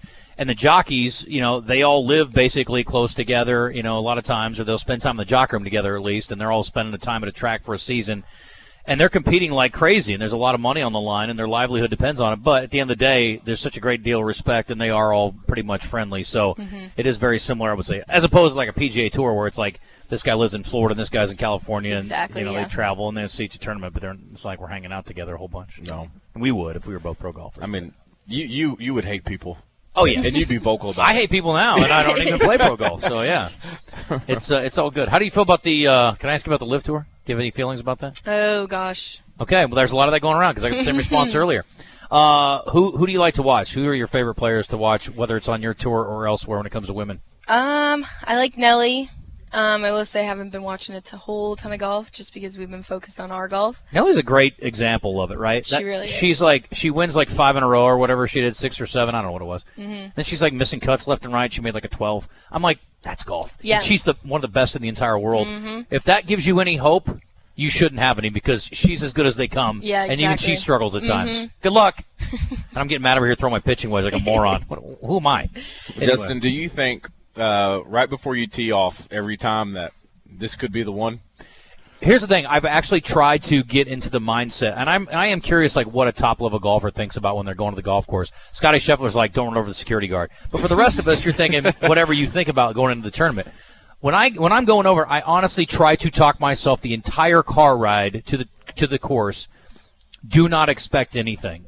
Do not expect to play well. Do the best you can, but don't get mad if you hit a bad shot. You're going to have bad shots. You're going to have bad holes. You're probably going to make a 12 at some point today. It's fine.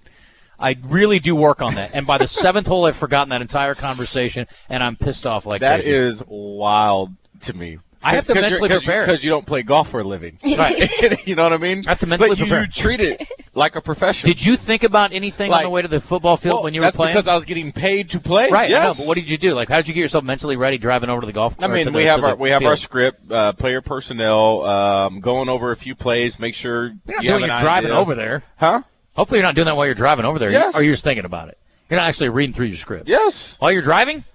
Before a football game? You drove to the You think we drive? Come on, we're on team buses. We got to drive. Oh, come on, man. Okay. What are we doing? What about home games I'm thinking about? Same thing. You have people pick you up on a home game? Have you seen any of the Razorback players drive to a game? I don't know how you get there. They get dropped off by a bus. Yeah, that's a good point. You're right. You know this. They have the whole hog walk thing. Yeah. That's a good point. You know this. Yeah. So you're always prepping. Always prepping. Okay. But I've never went to a pickup basketball game at the athletic club. You know why? Getting my mind right. You know why? That's you. You're not a psychopath. It's official. I'm a psychopath. Oh, that's great. So how many? We have 4 or 5 weeks left of the season. 3 weeks left. 3 weeks left, Mm-hmm. and then the Tour Championship. That's happening. Marissa told us earlier. Where's the Tour Championship happening? Wichita, Kansas. That's right. I said it was windy. DJ's like, how do you know? I'm like, because I've been there. There's nothing to stop the wind. If you've ever been to Wichita, it's one of those places. But so got to work on the low ball. You got to be able to hit that one. You know, in Texas too, you guys probably deal with that too. What do they call it? A stinger?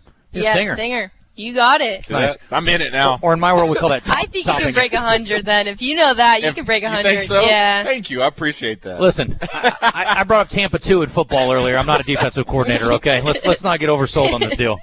So, what happens with the tour when it comes to an end? What days are the Tour Championships in 3 weeks, or are there breaks in between? So we'll have an event next week, a week off, and then we'll go to Kansas. Okay. Mm-hmm. So what happens after the season's over? Some of these ladies play other tours or play internationally, or what goes on with them? Yeah, some of them will just honestly practice in the off season, and then some will have events here and there. They also have Q School coming up, so a lot of them will be prepping for that. And then what we do as a tour, we're just prepping for next season. So we're getting with courses again, we're getting with committees. So. Well, listen, I'm glad you could stop by, and I hope everything goes well. And let's find out what our lowest score ever is, because I got to think it's under threat here, because with 9 under, and we still got holes to play for our leader and a whole round tomorrow. So sounds like it started pretty early. What's the earliest you would tee off? Assuming you got some decent I wake up rest. at 2:30 every day. What are you talking? I'd go at 7. Yeah. Well, I mean, like, I've been playing a lot at Maumelle, and I think their first tee times are like at 8. I'm like, that sounds nice. It is, but I'm like, we could I would go at 7. Oh yeah, I go at sunup. That'd be perfect. Yeah, I think the earlier the better for me. Yeah. I'm about that life, so it's it's not as hot then. It's nice, and it's just something about that. The dew on the grass. I love being a dew buster. Do you like playing first thing in the morning? I like being the first group out. That would be my idea. I wouldn't want to play in the afternoon. Yeah, I want to be the first one out too, because I can get around like that. Lickety split. Yeah. Yeah. Then you're catching the mowers. Yeah, I can shoot my little 88 in a hurry, no problem. Yeah. Or maybe 94, whatever it is. Anyway, well, listen, Abby, thanks for coming by. Appreciate it. Thank you guys for having me. All right, we're going to hit a break. We are back here in Conway after this, and we are at the Genesis of Conway Central Arkansas Open, 5th year, and got a heck of a round going here for our leader, so we'll keep you updated on that. So stay tuned. Yeah, stay tuned. And also, we talked about great days. Another thing to do on a great day, go to the lake, maybe get on a boat, get you, what was that drink called again? The Happy Dads, yeah. While you're out there in Hot Springs now. Also, too, when you get off the water, find your way to Oaklawn. They always got great things going on at Oaklawn. They got great dining options, but you need to check ahead of time, because it is the popular spot with all that great food. You go to oaklawn.com, check out all the restaurants that they have there. While you're there, book a room while you're at it. They got great rooms that look over the track. It really is a spot to be when it comes to Hot Springs and enjoying all things downtown there. It's a perfect little spot. They also have live tables when it comes to gambling, 3-card poker, blackjack, roulette. They have it all. And don't forget about their sports app. Over 500 sports to bet on when it comes to the Olympics, even breakdancing. They have it all. Just download their app, and if you're a first-timer when it comes to getting that app, they got up to $250 worth of values of being able to move around a little money here or there. But once again, Oaklawn is the place to be. All things. If you want to learn a little bit more, just go to oaklawn.com. I call all the shots, rip all the spots, rock all the rocks, top all the drops. I know you're thinking now when all the balls stop. Never home, gotta call me. Oaklawn is your hot springs escape. Enjoy plush comfort, upscale dining, and Arkansas's only Forbes 4-star rated spa at our luxury hotel. And with easy access to Hot Springs National Park and sparkling lakes, Oaklawn is your home base for everything the region has to offer. Come stay, play, and get away at Oaklawn, a Forbes Travel Guide recommended hotel. Make your reservation at oaklawn.com. Gambling problem? Call 1-800-522-4700. Is reviewing life insurance on your to-do list? Now's the perfect time to add it. A friend recently told me that securing life insurance sooner rather than later can help you lock in lower rates for years to come. So, I bumped this up on my list and got it done. I called SelectQuote and couldn't believe how easy and affordable life insurance is. I'm 40 and got a $500,000 policy for $16 a month. My husband's also 40 and his $500,000 policy was only $18 a month. Plus, with SelectQuote's same-day coverage, there was no medical exam required, and we were covered by the time we hung up. Knowing I have this checked off my list feels amazing, but the peace of mind knowing my family is protected feels even better. Call SelectQuote at 1-800-670-5151. That's 1-800-670-5151. Or go to SelectQuote.com to get your free quote today. 1-800-670-5151. Details on example rate at SelectQuote.com. Hi, I am Joseph Pena of the Arkansas State basketball team. Shipments of summer fashion are arriving at Bell & Swart. That means swimwear from Saks, Gentile, Polo, and shirts, Maui Jim sunglasses, and Johnny O sportswear. Be sure and check out Martin Dingman Lodge for shoes, belts, bags. So, hurry in for a great value on quality men's clothing at Bell & Swart for your summer items, and you'll look fantastic. Bell & Swart, 1011 Oak Street in downtown Conway on Facebook and Instagram. The all-new Lumber One and Design One in West Little Rock is now open. Over 100,000 square feet of hardware, outdoor appliances, a window and door center, and even a drive-through lumber yard. And there's nothing like Design One. This stunning showroom is one place for all your home and design needs, including 12 full kitchens and 9 baths, plus a huge selection of lighting, flooring, countertops, and more at the all-new Lumber One and Design One, now open in West Little Rock. It's Justin Acri and my buddy Reed Llewellyn. The Rock City Margarita Festival and the Great Arkansas Beer Festival, presented by Oaklawn Hot Springs, Tito's Handmade Vodka, and 1037 The Buzz, returns to the State House Convention Center on Saturday, July 20th. With a $40 ticket, you can sample delicious margaritas from over 35 local restaurants and beers from over 100 breweries from Arkansas and across the country. Also games, a live DJ, food trucks, and giveaways. Get your tickets before they sell out. Visit 1037thebuzz.com or on social media at the Rock City Margarita Festival and the Great Arkansas Beer Festival for tickets and more information. The Zone is back. You know what's better than listening to Justin Acri and DJ Williams? Watching them on our live stream on Facebook, YouTube, or Twitter. Now, let's get into the show.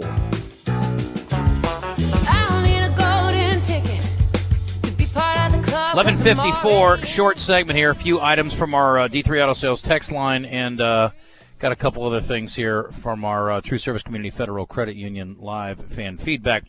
Emma, who is also Diamond Hog, again, just pick a name and go with it, folks. We can see it's all from the same place. Can either of you explain amateur hour comment from Acri on a hot mic, like I didn't turn my own mic on and then say it, idiot? Come back for the 10:30 break. I can't remember what we were talking about off the air before it, but it wasn't anything like I was taking a shot at somebody. It was just a joke. What was it? I don't know. We were doing something dumb. We did something dumb, I think, and I was like, oh, it's amateur hour over here. Anyway, it was nothing real nefarious, so relax. Paul Skeens, if we're being honest, there's truly only one reason we watched Paul Skeens, even before he made it to the majors, Livy Dunn. You don't know anything about baseball. They're actually two of the dumbest things we've gotten from anybody on this in a long time, so thanks for that. That was a waste of time. Let's go to the text line here and see what Jimmy and Roland's got to say. I like being the second or third group out. You get to see the ball tracks on the greens. I do like that. That's actually genius, Jimmy. But I would love to get groups out at like 7:30 and be like a 7:45, 7:50 group, something like that. Ethan says, just because DJ knows it's a stinger doesn't mean he can hit it. There is no doubt. I call that topping the ball. I completely agree. I can hit a stinger, but a lot on purpose. There's a lot of shots I can hit. I actually am pretty good at hitting a low ball. I'm in the trees a lot, so you get good at punching out of the trees. Okay. That little low punchy shot. Oh, I got a key from a golf cart. Oh, look at you. She's on leaders on 10. Okay. Mm-hmm. Lucina shot 66 3 or 4 times. She was interviewed on Mayhem this morning. Big deal. I missed that. Is deep ball accuracy more of having great receivers versus a great quarterback? They have time to run to the ball. I think no. There's guys that throw great deep balls. Yes. There's a difference. Yeah. Like Mallet was a great deep ball thrower. It is, and a lot of that is chemistry. How come there's no great short ball throwers? You don't go, man, that guy's a great short ball thrower. Drew Brees? He could throw the deep ball, too. But he's over there just dealing. Yeah, he was great at that. You know he was.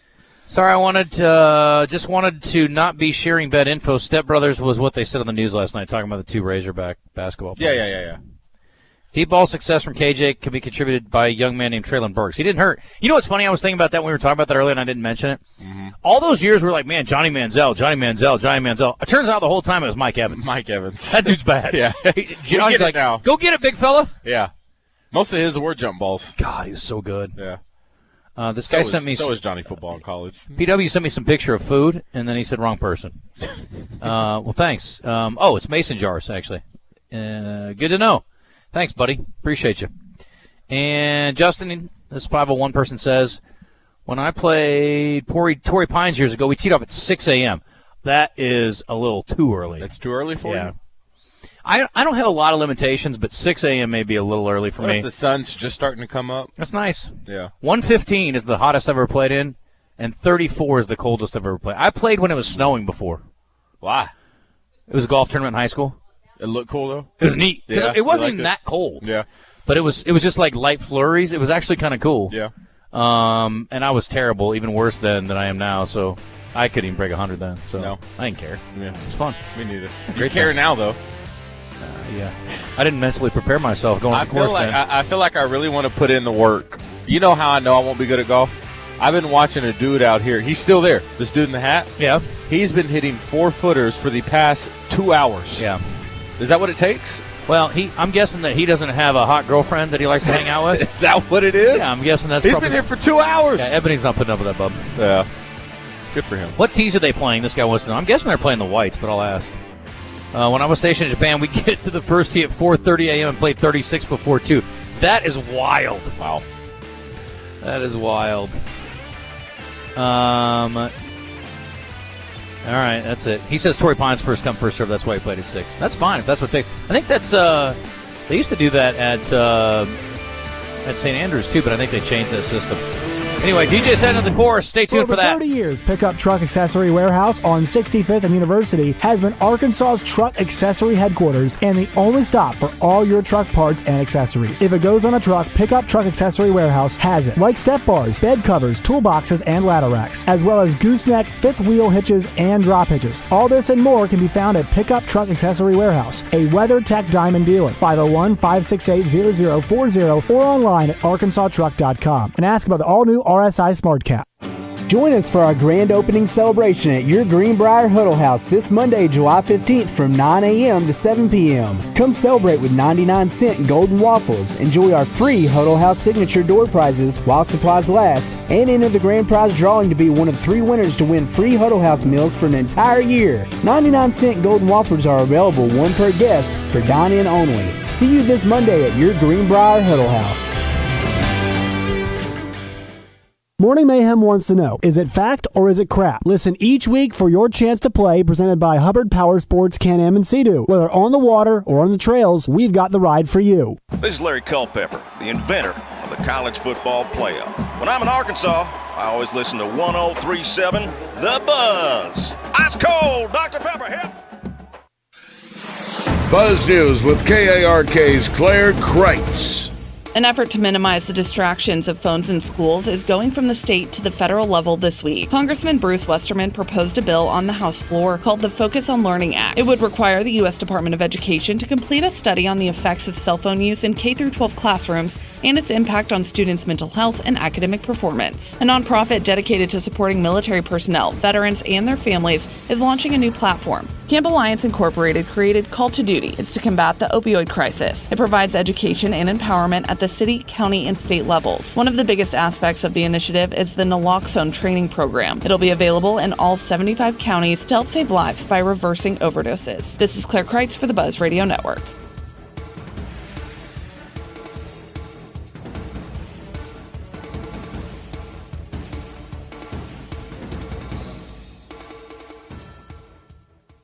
Political strategist and host of the Sunday Buzz, Bill Vickery, gets in the mix with the guys from Morning Mayhem, brought to you by Dugan's Pub with cold beards on tap, weekday lunch specials, and games on the big screens. And by Dizzy Gypsy Bistro, just around the corner from Dugan's in the River Market.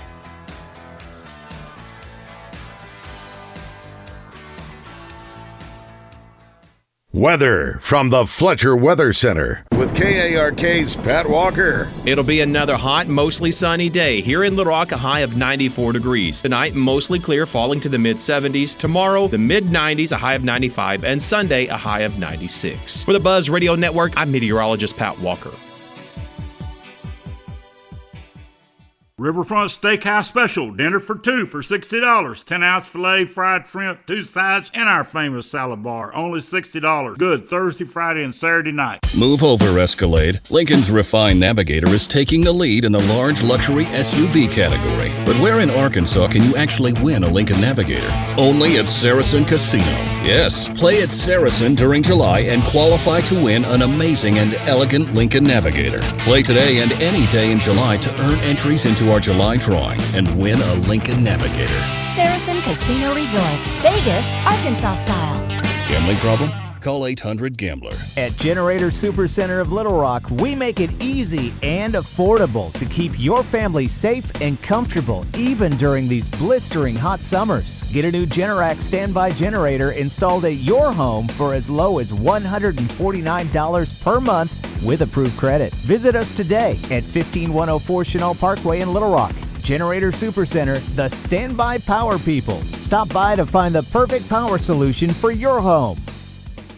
This is the Pigskin Preacher, bringing you the word. Andrew Van Dam of the Washington Post writes, Washington is going to the dogs, for real this time. As of 2022, the federal government employed over 5,000 German Shepherds, Beagles, Jack Russell Terriers, and other mutts. An additional 421 worked as canine contractors. These hounds work for the Department of Homeland Security, TSA, and the Defense Department. Dogs also work for Amtrak, the U.S. Postal Service, and the U.S. Marshals. No word if any of our furry friends are doing audits yet for the IRS, so don't even think of bribing them with treats. My dogs love the chicken at Doublebee's and are willing to perform all manner of tricks for some. But when you come by, we won't make you perform any tricks, but just a low, paltry price for golden deliciousness. Doublebee's. It's where you gas it, grab it, and go. That's Doublebee's. Make this summer one to remember by stopping by Arch Marine in North Little Rock. Arch is all about creating fun on our lakes and rivers. You have to come by and see the new 2024 G3 Tri-Tunes, the hottest and coolest ride out there. We're easy to find.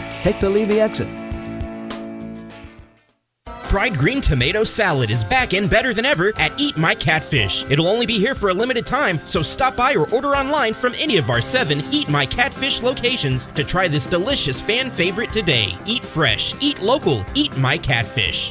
Did you know that Mosquito Joe now installs mosquito misting systems? It's the ultimate solution for mosquito-free living. Mosquito Joe's cutting-edge misting systems are discreetly installed around areas such as pools, patios, and boat docks to create a protective barrier that banishes those annoying bugs. It's like having a mosquito control technician in your yard 24/7. Take back your outdoor space this summer by visiting arkansas.mosquitojoe.com. With Mosquito Joe, outside is fun again. Had a devastating knee injury, tore my ACL, tore my PCL, shredded my medial meniscus, and had an initial surgery. That really didn't hold. Had another follow-up surgery around 8 years later. That didn't work, and I didn't want to undergo another surgical procedure. Enough with the surgeries. They didn't ease the pain, and recovery was brutal. Carmen heard about another treatment for pain relief, the non-invasive regenerative treatments at QC Kinetics. I simply figured, heck, I'm going to pick up the phone and call QC Kinetics, and since I've been treated, my quality of life has dramatically gotten better, and I can't thank QC Kinetics enough. These are the nation's leaders in regenerative medicine. QC Kinetics uses the body's own healing components to help provide relief and functionality. 10 months ago, I had difficulty walking up and down a flight of steps. Now I can do just about anything I desire. I'm back to the old me. If you have joint pain, before you consider surgery, call QC Kinetics. The consultation is free. Call QC Kinetics, 501-222-8440. That's 501-222-8440. 501-222-8440. Listen every Wednesday when RJ Hawk joins his old buddies on Morning Mayhem. Presented by Natural State Wholesale Flooring. See everything that Natural State Wholesale has to offer at naturalstatewholesale.com.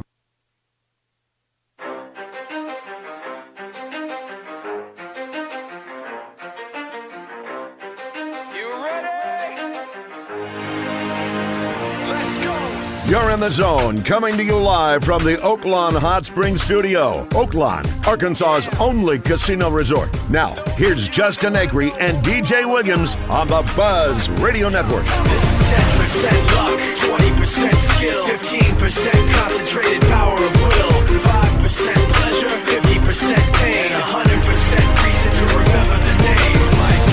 He doesn't need his name up in lights, he just wants to be heard, whether it's the beat or the mic. He feels so unlike everybody else, alone, in spite of the fact that some people still think that they know. But no, he knows the code. It's not about the salary, it's all about reality and making some noise, making a story, making sure his click stays up. That means when he puts it down, Tox picking it up. Let's go. Who the hell is he anyway? He never really talks much, never concerned with status, but still even him starstruck. Humble through opportunities, given despite the fact that many misjudge him cause he makes a living from writing raps. Put it together himself, now the picture connects. Never asking for someone's help or to get some respect. He's only focused on what he wrote. His will is beyond reach, and now it all unfolds. The skill of an artist. This is 20% skill, 80% gear, be 100% clear, cause Ryu was ill. Who would've thought he'd be the one that set the West in flames? And I heard him wreck it with the crystal method, name of the game. Came back, dropped Megadeth, took him to church. I like Bleach, man. Ryu had the stupidest verse, this dude is the truth. Now everybody giving them guest spots and stocks through the roof. I heard him with that stock. This is 10% luck, 20% skill, 15% Genesis of Conway, Central Arkansas Open, third hour, 12:07. Welcome back, and the leaderboard is posted here at Centennial Valley Country Club. And DJ Williams has grabbed a golf cart and is heading out to find our leader, Miss Lucina, the Florida Gator, by way of UC Davis. And we'll see if he can catch up with her. I think she was on the 11th hole. Wimbledon also underway. We've already got Alcaraz on to the men's final, and Djokovic won his first set against the Italian Musetti, 6-4. Musetti, the back serving. I guess he broke Djokovic first game of the second set. So we'll see how this one plays out. But we've got a great men's final and women's final shaping up. So maybe the Italians get one in the men and the women. So we'll see. That's it. Okay, we're going to do entertainment and then wait for DJ. Christian, just jump in if DJ calls in and I miss it. But we got a Zone Rewind coming up. We haven't done Champs and Chumps yet, so we'll get to all that before the end of the show. And we'll hopefully hear from DJ in just a second if he catches up with the leader. Let's get to it. Today's entertainment report is brought to you by Bell & Sword Gentlemen's Clothing in Conway. Check them out on Facebook and Instagram, or stop by Bell & Sword's new and larger location at 1011 Oak Street. All right, Bill Belichick officially has a new hustle, and it's not just his young girlfriend. The New England Patriots coach, former, is joining Inside the NFL this fall as an analyst. They announced the news yesterday morning at the NFL Network, revealing the future Hall of Famer will join Ryan Clark, Chad Johnson, and Chris Long on the weekly program to break down all the league's most compelling storylines. It will start on August 30th. And it is surprising to me a little bit here, Christian, that he's doing this. Certainly doesn't need the money. And as we've seen in recent weeks, he certainly has better things to be doing with his time. I'm not too surprised. I mean, Nick Saban... You could say Nick Saban has better things to do, but he's still going to do some things with ESPN. So true. Yeah, I'm sure they're paying him a lot of money to do it.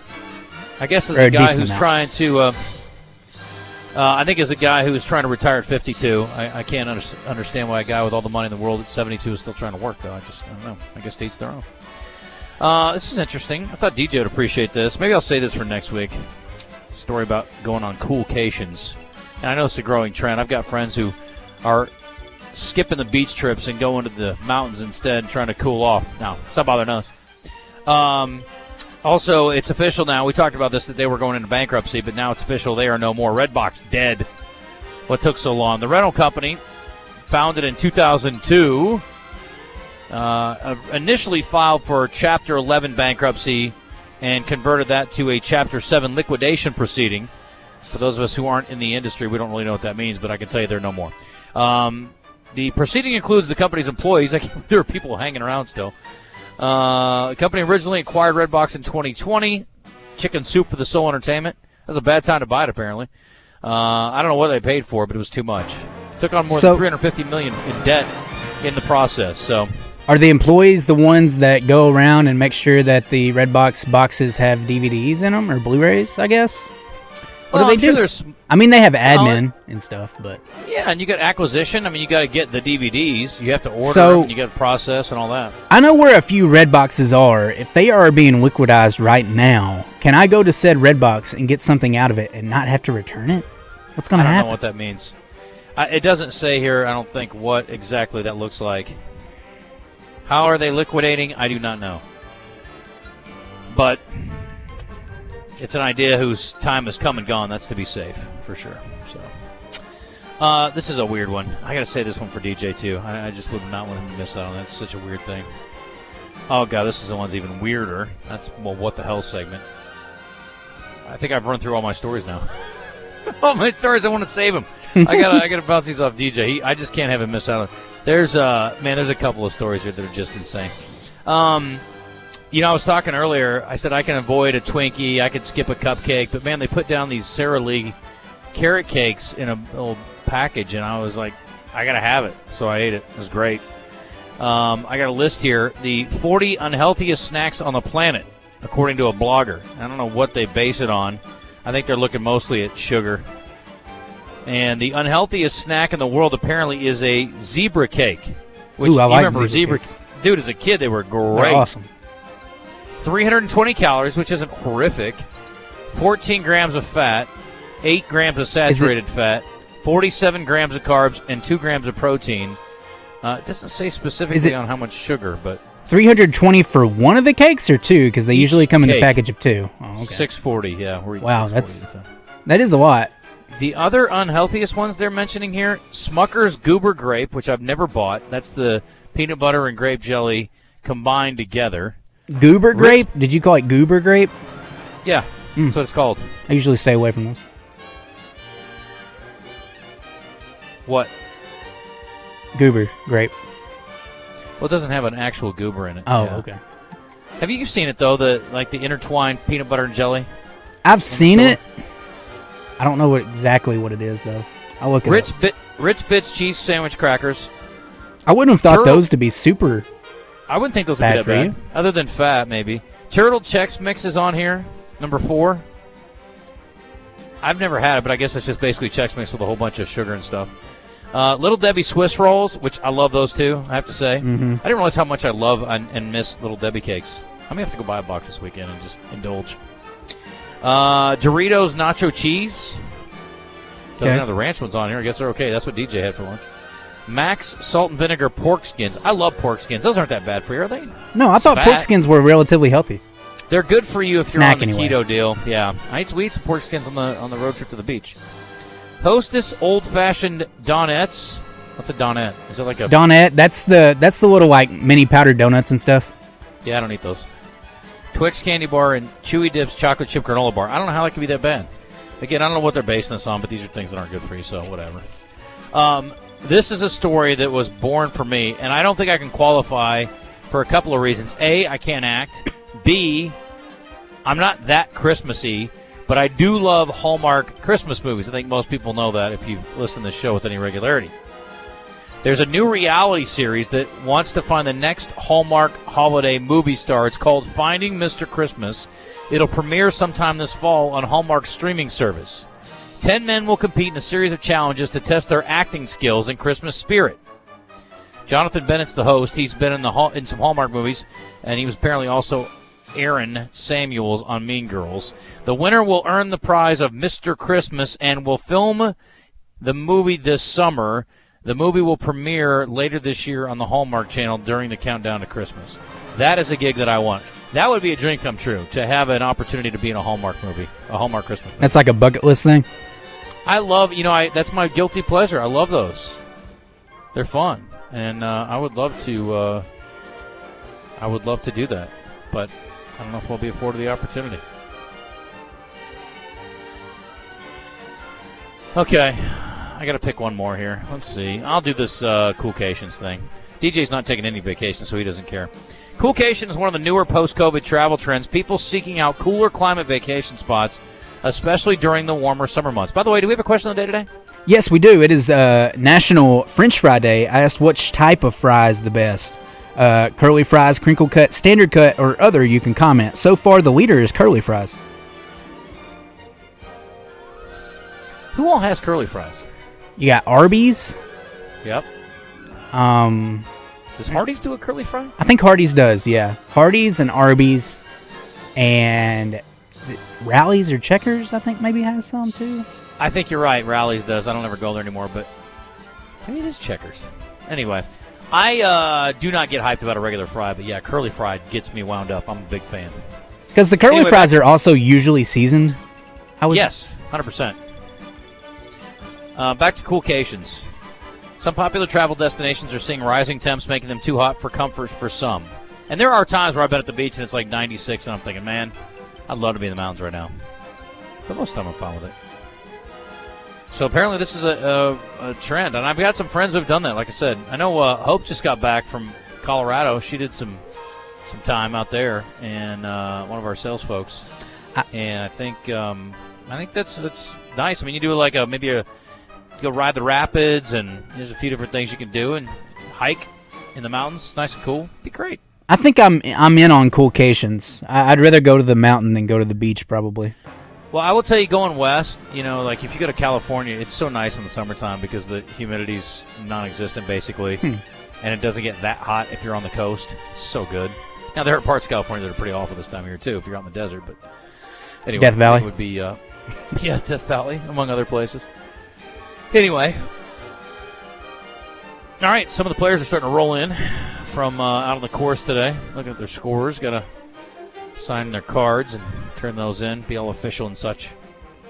Can't imagine messing that part of the process up. It's like you go out and do the work, and then it's happened before, though. Guys Who was that did that a few years ago? I don't remember specifically, but there have been a few cases where that's happened. Some in higher profile places than others, or situations, I should say. Let me check. Has there ever been one where they got caught trying to cheat the scorecard? I'm sure that's happened. Why don't you call DJ on the hotline to see how he's coming? Okay. I mean, if he was going to hole 11, unless he just completely got lost, he ought to be out there by now.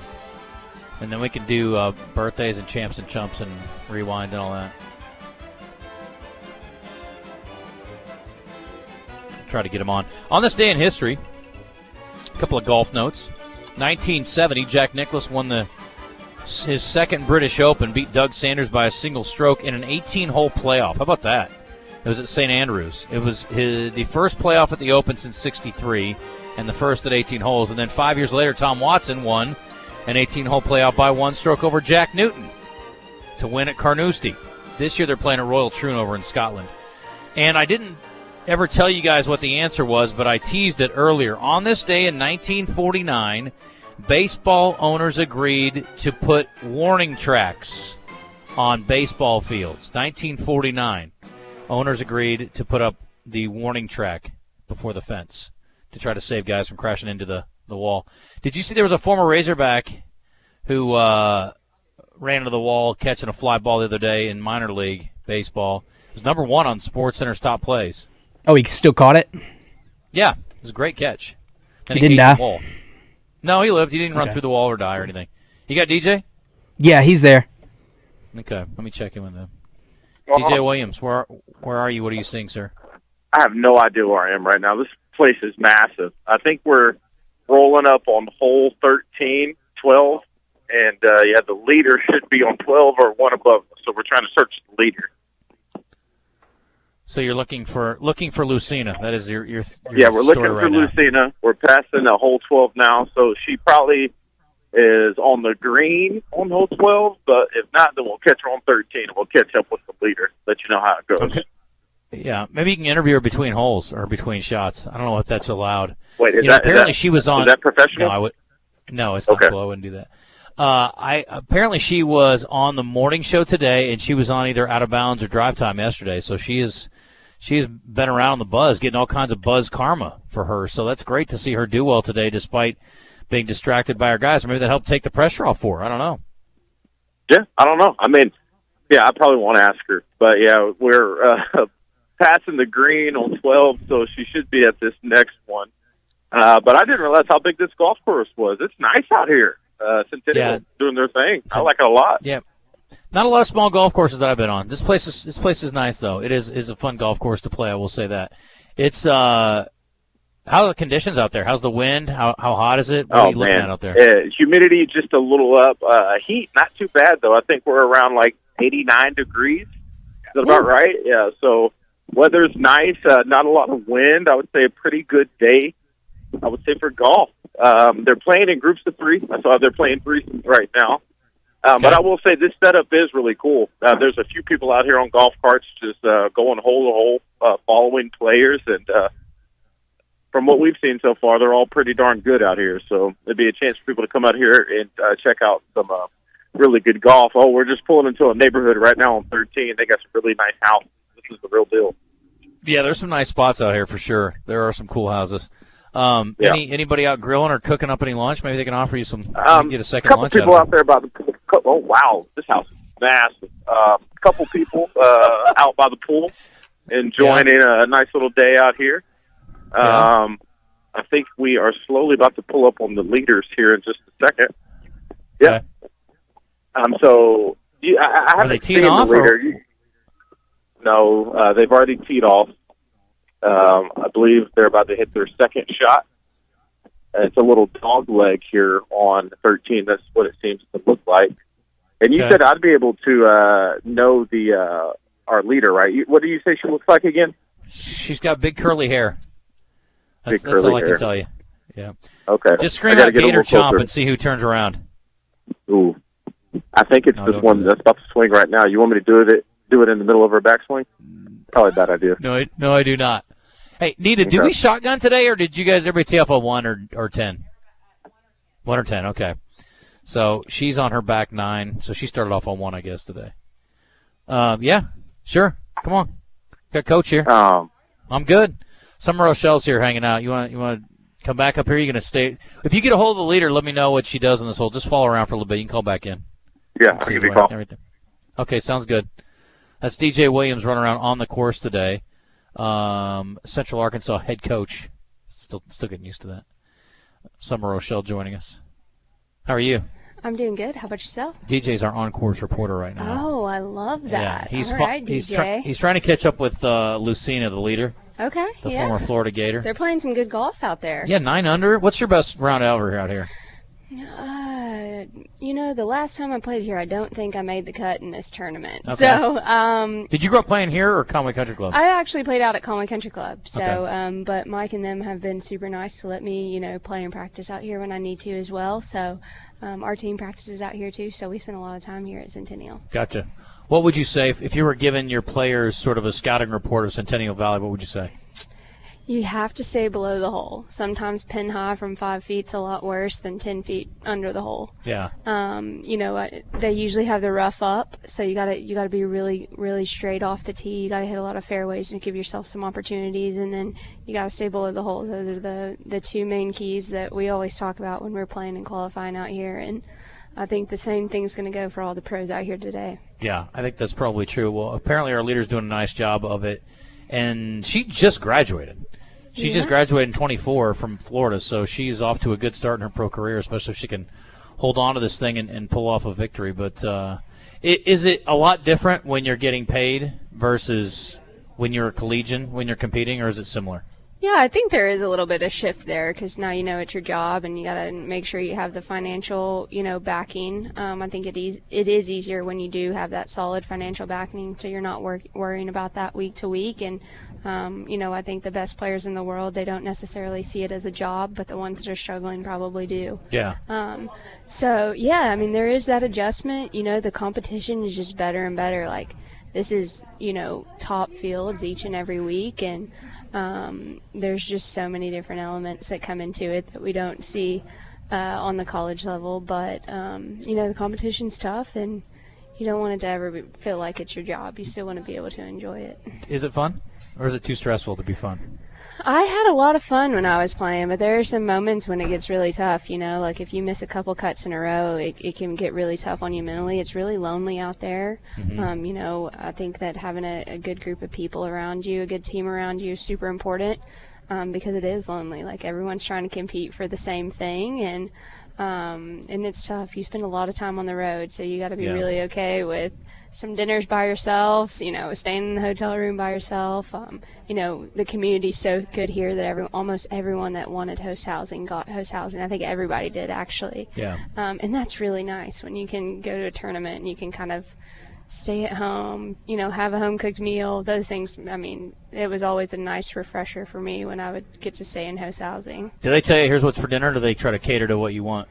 I think you have a little bit of both. Most of them, they definitely want to, make sure that you enjoy your time there and, get a good meal. They know that you've been on the road, right? Yeah. Hope you like grits. Yeah, exactly. I think one time I was in Mexico playing a tournament with the host family, and, I'm thinking we're going to have some tacos and, all of that. And they come out and they're like, we got you some hot dogs. We figured that's what you wanted. I love it. And I was like, oh, man, I was really hoping to get some tacos. You were both making some assumptions that were both wrong, so they were trying to treat you. I figured they were going to do some hamburguesas or something. Yeah, something like that. Yeah, that'd be fine. That's good. How about the coaching thing? How's it gone? And what have been some positive and some challenging surprises for you maybe so far? Yeah, no, it's been really good. Just finished my first year. I was really proud of our team for buying in with what we were trying to do and, the culture that we're trying to create and how we wanted to train. And they did that really well. And, we won an event. We had 3 top 5 finishes. So in the first year, I think it was very, very good. And so just trying to get, really good kids in here, really good recruits that want to buy into the vision and what we're trying to do here. And so I'm excited about the future. I love being here. It's nice being in my hometown again. Yeah. And just trying to build a program that, everyone can be really proud of. Summer Rochelle joined us here, UCA women's golf coach. When you talk about building culture, give me just a second, Kristen, then we'll hit the break. What's that entail with a golf team? So I think culture is just what you allow every single day to happen and what you emphasize. And so for us, it's, how we train, how we talk to ourselves, how we approach the day. We want to create an environment where they feel like they can come be themselves, where they're motivated, where they love coming to practice and they want to work really hard and they see the value in everything that we're doing. So those are the really things that we try to focus on and, getting kids to see that and that want to do that same thing. How do you know as a player when you were playing and also as a coach when you need to grind and get out there and practice until basically your hands are bleeding, or maybe not quite, but how do you know when it's time to go, I need to just put the sticks down a couple days? Yeah, I think you have to be very honest with yourself. And I think that you have to be able to kind of hold yourself accountable in those moments. And I think for me personally, I always had a really strong work ethic and still do. And but there's times where you do need a little bit of a break and a refresher. And I always tell our girls, you give me 5 good days during the week, I'll give you the weekends off, because I think you need some of that balance to be able to go and do. There's so much more to these kids than just being golfers. Yeah. And so allowing them kind of that time of, hey, if you do want to go to the golf course, you want to keep grinding, that's awesome. But if you think you needed a day to go shopping and go to your favorite restaurant, allowing them to have that time too. So we really just try to instill that of hey, we're going to work really, really hard while we're here. Right. And then, there's going to be more things outside of golf that help you play good golf as well. I know international players have been a big part of the makeup with collegiate teams. Curious about recruiting. Is NIL any kind of impact for you guys at this point? And then also, where are you finding your players? Do you have much of an Arkansas? Are there Arkansas golfers on your roster? I mean, how are you building your team? Yeah, so we'll have 2 Arkansas kids on our roster, and then we'll have another American from Florida. So, I always say, it doesn't matter to me where you're from. If you're good enough to play here and share the same values as us, then I want to bring you a part of the team. We do have a largely international team. We go to Europe, we go to got to do a little golf now. Thailand, and so Asia. There's great kids out there from all over the world and here in the U.S. too. So, like I said, if you're good enough to play here, then we'll be able to find you. DJ Williams good enough to play for the Buzz, and he is on the horn. He's out following our leader on the golf course today here at the Genesis of Conway Central Arkansas Open. DJ, what are you saying? Yes, sir. What's happening? We're good right now. They're playing behind a pretty slow group. Our girl just parred this par 4 that we have, so I think we are on, 15 now? 4 on 14. It's a nice little par 3. So, yeah, she's going to tee off. That hole's been mean to me over the years. Come again? I said that hole hasn't been very nice to me over the years. Oh, so you're familiar with it. Yeah, they got out the rangefinders right now. She's playing a nice little group of 3. First of all, I have to give a shout-out to the community out here. We've had about 3 or 4 people come out from their back porch and offer us beers, some nice cold ones. They've also offered us food. How many did you say yes to? Just 2. We gotta do. We gotta do what we can out here. I like it. Got to keep it classy. Yeah. But no, she sunk a pretty good. I would say about a good 8-footer to get par on 13. Okay. And so yeah, she's dialed in right now, no doubt about it. So we're just waiting for her to tee off. Okay. I didn't realize how long where do they people have take. that? Where do they have that hole location on 14? Is it in the back? Can you see the pin, DJ? Yes, I can. It's right in front of me. So I would assume what part from of where the I'm green is it on? standing, it's pretty close to the front of the green. Okay. Ooh. Bring the water into play. And yeah, water's always in play when I'm here. the first person. I wish I knew the other names of the other ones. She hit it about 25 feet to the right of the hole. First one up. Now our girl's up. The leader is coming up next, Florida Gator, who is actually having a Florida Gator golf bag. She's representing to the max. I'll let that slide for now. She just picked up photographs. She's trying to get her. Remember when Bobby Petrino got into it? Were you around were you playing them when he got into it with the reporter that was wearing the Florida hat? The reporter wore the Florida hat. And that's the last like question I'm going to answer in that Florida hat. Whatever he said. The thing about it was he wasn't kidding. He was being dead serious. I know he was. He's lucky I had to take that effing Florida hat off. That's what would have been more appropriate. Our leader just she just teed her ball up, took a couple practice swings, took a step back, eyeing it down, approaching the ball. He's got a future in this. See what the swing looks like. He didn't know what pin position meant, but you can never remember. Oh, whoa. That thing is right on line. Let's see the distance. What if it goes in? That'd be so cool. Yeah, she went a little left. She wasn't too happy with it. Now it is rolling. She kind of hit the back of the green, rolled about 4 feet before it comes to a stop. She's going to have a very tough shot at a birdie. I would say about a 20 to 25-foot attempt to make birdie with her putt. Just so you know how it goes. She didn't follow your advice, Coach. She didn't follow my advice. That's going to be a slick putt there. Slick. Yeah, it looks like that's going to be a downhill putt for sure. So yeah, it should be very difficult. Check me here in about. Why don't you watch her putt out and get back up here, and we'll maybe do birthdays at the very end. Or I guess we can do them with Coach. We can let you go, and we'll do birthdays with Coach. Just check in do when it you with me. Wait for me. Don't do it without me. What are you doing? Okay. Oh, wow. You want to do it on the phone? The third in their group just put it about 3 feet away from the pin. Let's go. All right. Yeah, she ain't playing around. Let's get it. All right, check in with me here in a second. You want to do birthdays while you're on?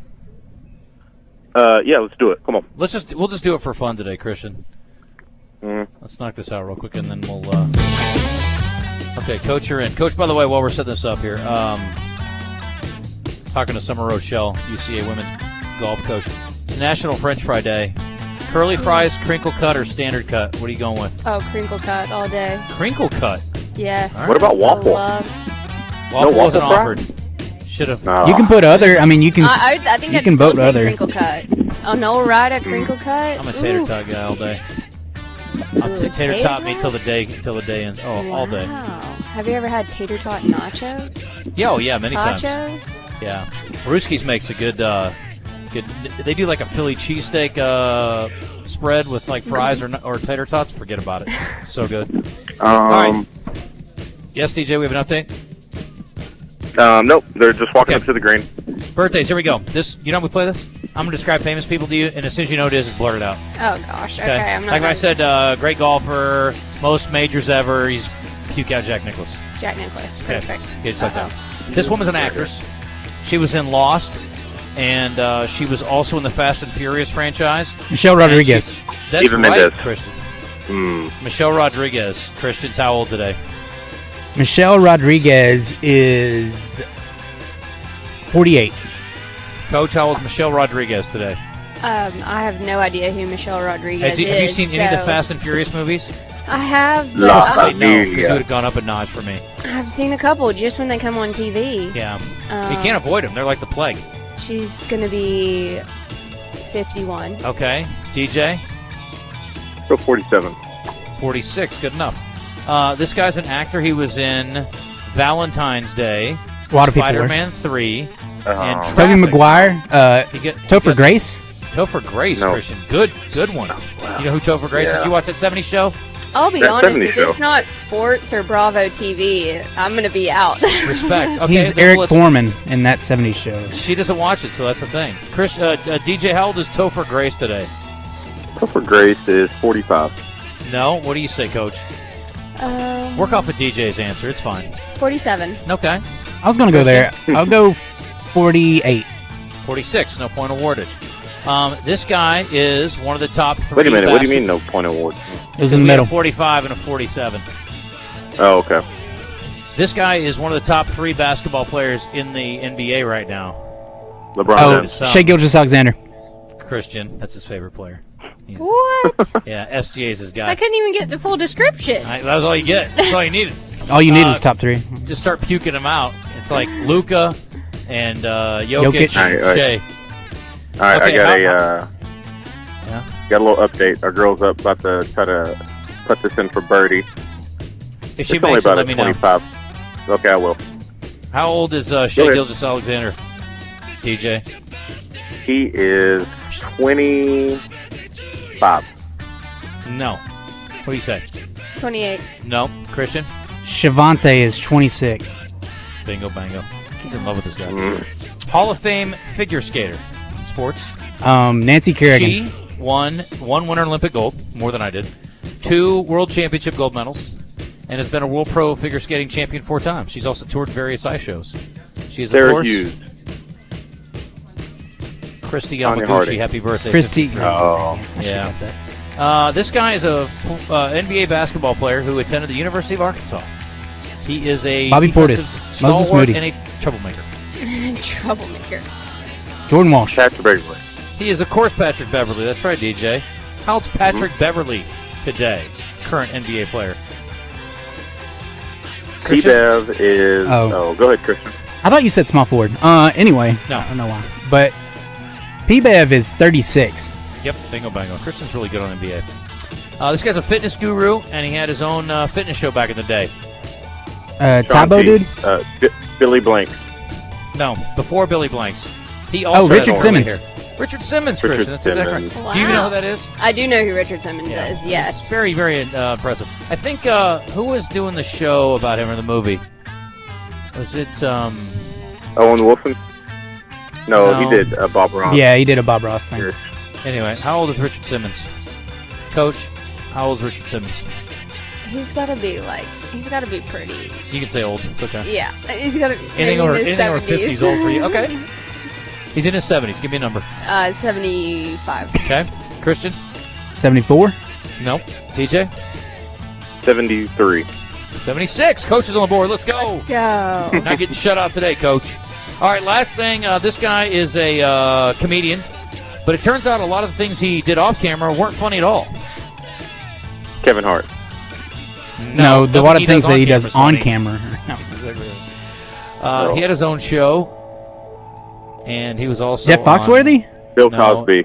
Bill Cosby, Oh. of course, DJ. Thank you. How old is Bill Cosby today, DJ? Jeez. 79. Bill Cosby. Are you giving hints? No, what'd you say, DJ? I was talking 79. to a listener. Sorry. 79, no. DJ, or Christian? He's like 85. Coach? He's like 82. He's gross is what he is. He's 87. Ugh. Anyway, Christian rolls to victory. It happens all the time. Don't Combine these? He's really good. What? Combine these. Yeah, go ahead. Okay. 12:40, we're behind. You got to do Rewind and Champs and Chumps on the other side. So there you go. Coach, best of luck to you. Thanks for stopping by. Thank you so much. Thanks for having me. All right, you bet. DJ's out on the court. I assume that Miss Lucina did not make her putt. She did not. She got a par. She was about 2 feet away from the cup. All right. That's not bad. All right, thank you. Yeah, not a bad putt. Yep. Got to hit a break. That's DJ Williams, Justin Acri, Christian Weaver here at the Genesis of Conway. Oops, I guess he hung up on us. Central Arkansas Open 5th year underway, and DJ's out on the course monitoring the leader's performance, and she's hanging tough, 9 under, and pars will do it for her for a while. That's pretty solid. We're going to check in with James on the other side out at Gwatney Chevrolet as we get ready to wrap things up and do our Rewind and Champs and Chumps. Also want to mention our friends at Max Prairie Wings down in Stuttgart. So if you're trying to get out and about and have some fun this summer, they've got all the options for you. Need some fishing gear, getting ready for hunting season now already. If you want to start loading up now, you can. But if you want to get out on the water, go by and see them and get yourself a Tohatsu motor, 2.5 to 250 horsepower. Those 4-stroke motors available right now. They've been doing it since 1956, Tohatsu has. And Max Prairie Wings offers them. So all you got to do is head down there and get your motor today. Right now is the time to get it with low monthly payments. Financing's available as well if you don't want to wait to get out on the water, but you want to pay out over time, that's fine. They also accept all major credit cards and debit cards. Stop by and see them in Stuttgart. 870-674-8982 is their phone number. 870-674-8982. Get ready to deal at our friends at Max Prairie Wings, and by that I mean get a deal down in Stuttgart. Go see them, or you can also go to their website, maxpw.com.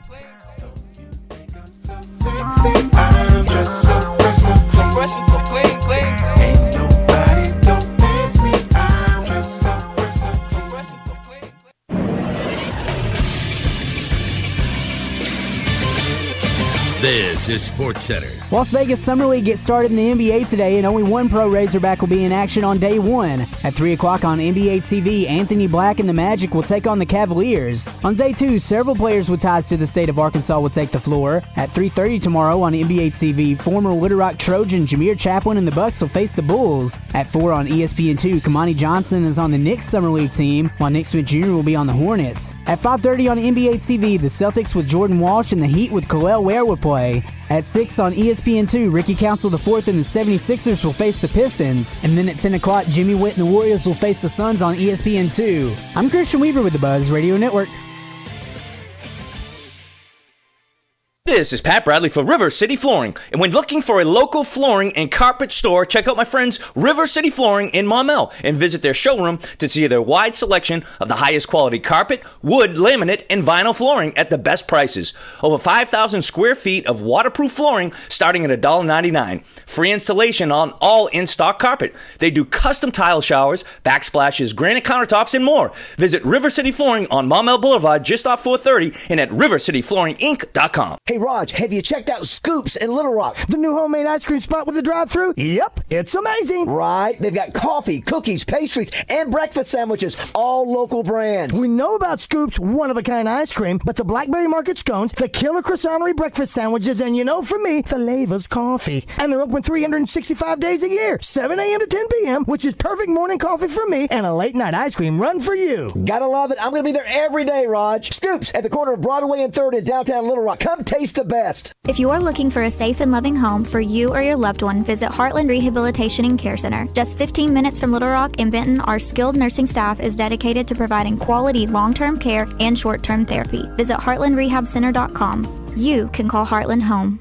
This is Pat Bradley for Brewskis. Every Monday at both locations, that's downtown Little Rock and North Little Rock, we are bringing you $1 Wing Mondays. That's right, $1 Wing Mondays. That's traditional and boneless. Also, we have 11 different sauces to choose from. Not only that, watch every game on the big screen TVs and enjoy a cold beverage with some friends. Don't miss out on our $1 Wing Mondays. That's dine-in only at Brewskis. You're home for lunch, happy hour, and late night.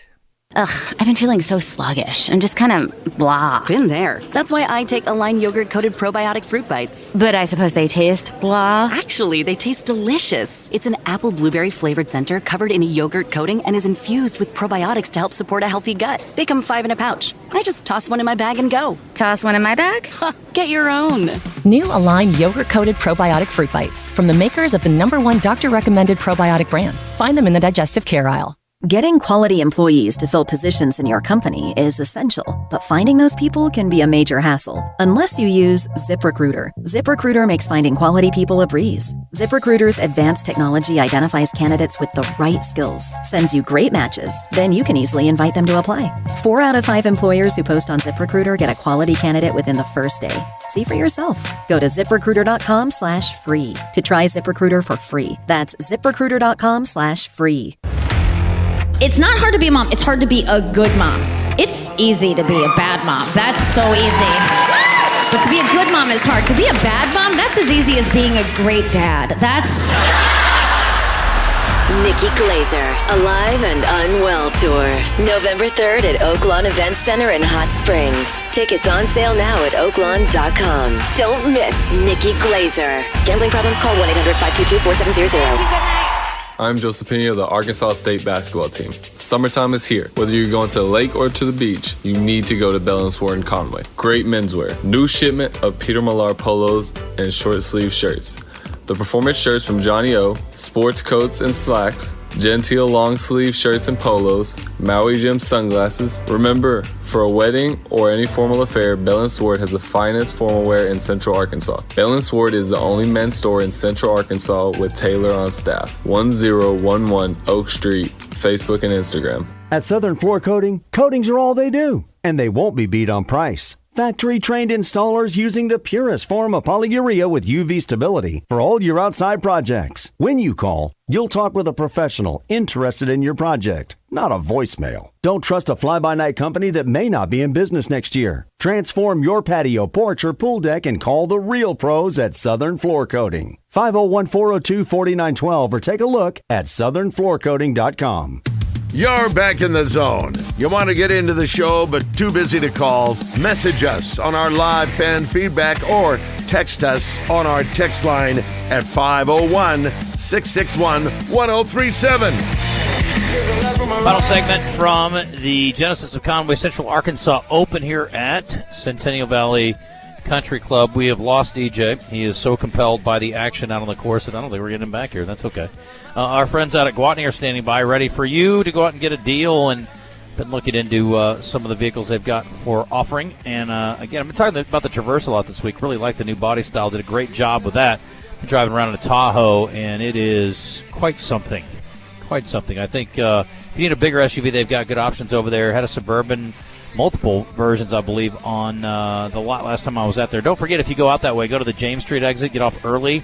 They've got the Gregory Street exit closed off from 167 northbound because of the construction, but it's really easy in and out if you get off at James Street. So pop in there and see them and get yourself a deal on a new vehicle. Great financing options are available, too. Whether you're looking for a sedan or a bigger, small SUV, and, of course, the Silverado trucks, maybe a Colorado if you want something a little bit smaller, it's a great spot to go. Take good care of you and help finance your deal for you at Gwatney Chevrolet in Jacksonville. I see Wes Moore in the studio. You know, it's hard to forget you when I can see your face, Wes. The one of the young ladies you interviewed yesterday is the leader today, and she is having a nice round. DJ's actually out following on the course, so we have lost him for good, I think. But I heard she did a great job yesterday. Yeah, Jackie Lucena is, just a great person and really good golfer, it turns out. She was 7 under par yesterday, and she's out there on the course. I think she's 1 under for today, 8 under for the tournament, still hanging in there. Second tournament as a professional. She played in her first tournament last week in Dallas and finished in the top 5, and here she is trying to win her first one. She was at 9 under a minute ago, unless she dropped one. DJ said, what? Oh, I didn't know she had dropped one. Well, I don't know if she did. You said 1 under today, so I think she was at 9 last I checked. So yep, she bogeyed 12. Okay, yeah. DJ was on his way out there when that happened, but he's watched her make a couple of pars since then. So Before we find out what's coming up and out of bounds, let's do our rewind real quick, because actually my chump is coming from the rewind this week. Now it's time to look back. It's the best interview and show moments of the week. It's the Zone Rewind. Okay. Mike Gundy in the news for all the wrong reasons this week. His player got in trouble, and then Mike got himself a little bit of trouble too, but not too much. It'll all blow over. It seems like he's Teflon. He can get away with just about anything. He's 40. He's a man. We can say these guys aren't employees, but they're really employees. These guys get paid a lot of money, which is fine. But there needs to be a side to what they do that they have to be able to, for lack of a better term, face music and own up to things. And when I looked at it, I thought, okay, I'm going to be real honest with myself first, and then make the best decision for what I think is good for Ollie, our university, and our team. And then I start thinking about being a parent. I have a 28, I have a 23, and a 19. And first I thought, okay, so I looked it up on my phone. What would be the legal limit? Like in Oklahoma is 0.08, and Ollie was 0.1. So I looked it up, and it was based on body weight. Not to get into the legal side of it, but I thought really 2 or 3 beers or 4. I'm not justifying what Ollie did. I'm telling you what decision I made. Well, I thought I've probably done that 1,000 times in my life. And I, it's just fine. So I got lucky. People get lucky. Ollie made a decision that he wished he could have done better. But when I talked to Ollie, I told him, I said, you're lucky you got out light, because you make a lot of money to play football. So back in the day, being able to cover the cost of what he's going to go through would be difficult for a college player. It's not for him. Absolutely. Mm-hmm. Now, I'm not speaking for him, but I'm just saying that's not an issue for him. So nobody got hurt. I said, we see people doing this and people losing their lives across the country, not just football players, but everybody. So you got out lucky. All right, I'll just let that sit there. Djokovic, by the way, is in the semifinals of Wimbledon.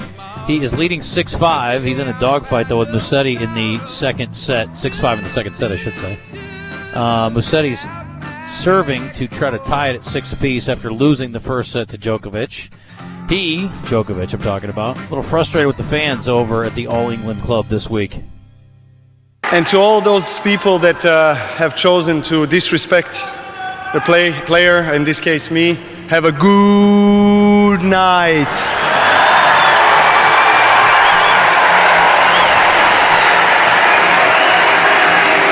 Good night, good night.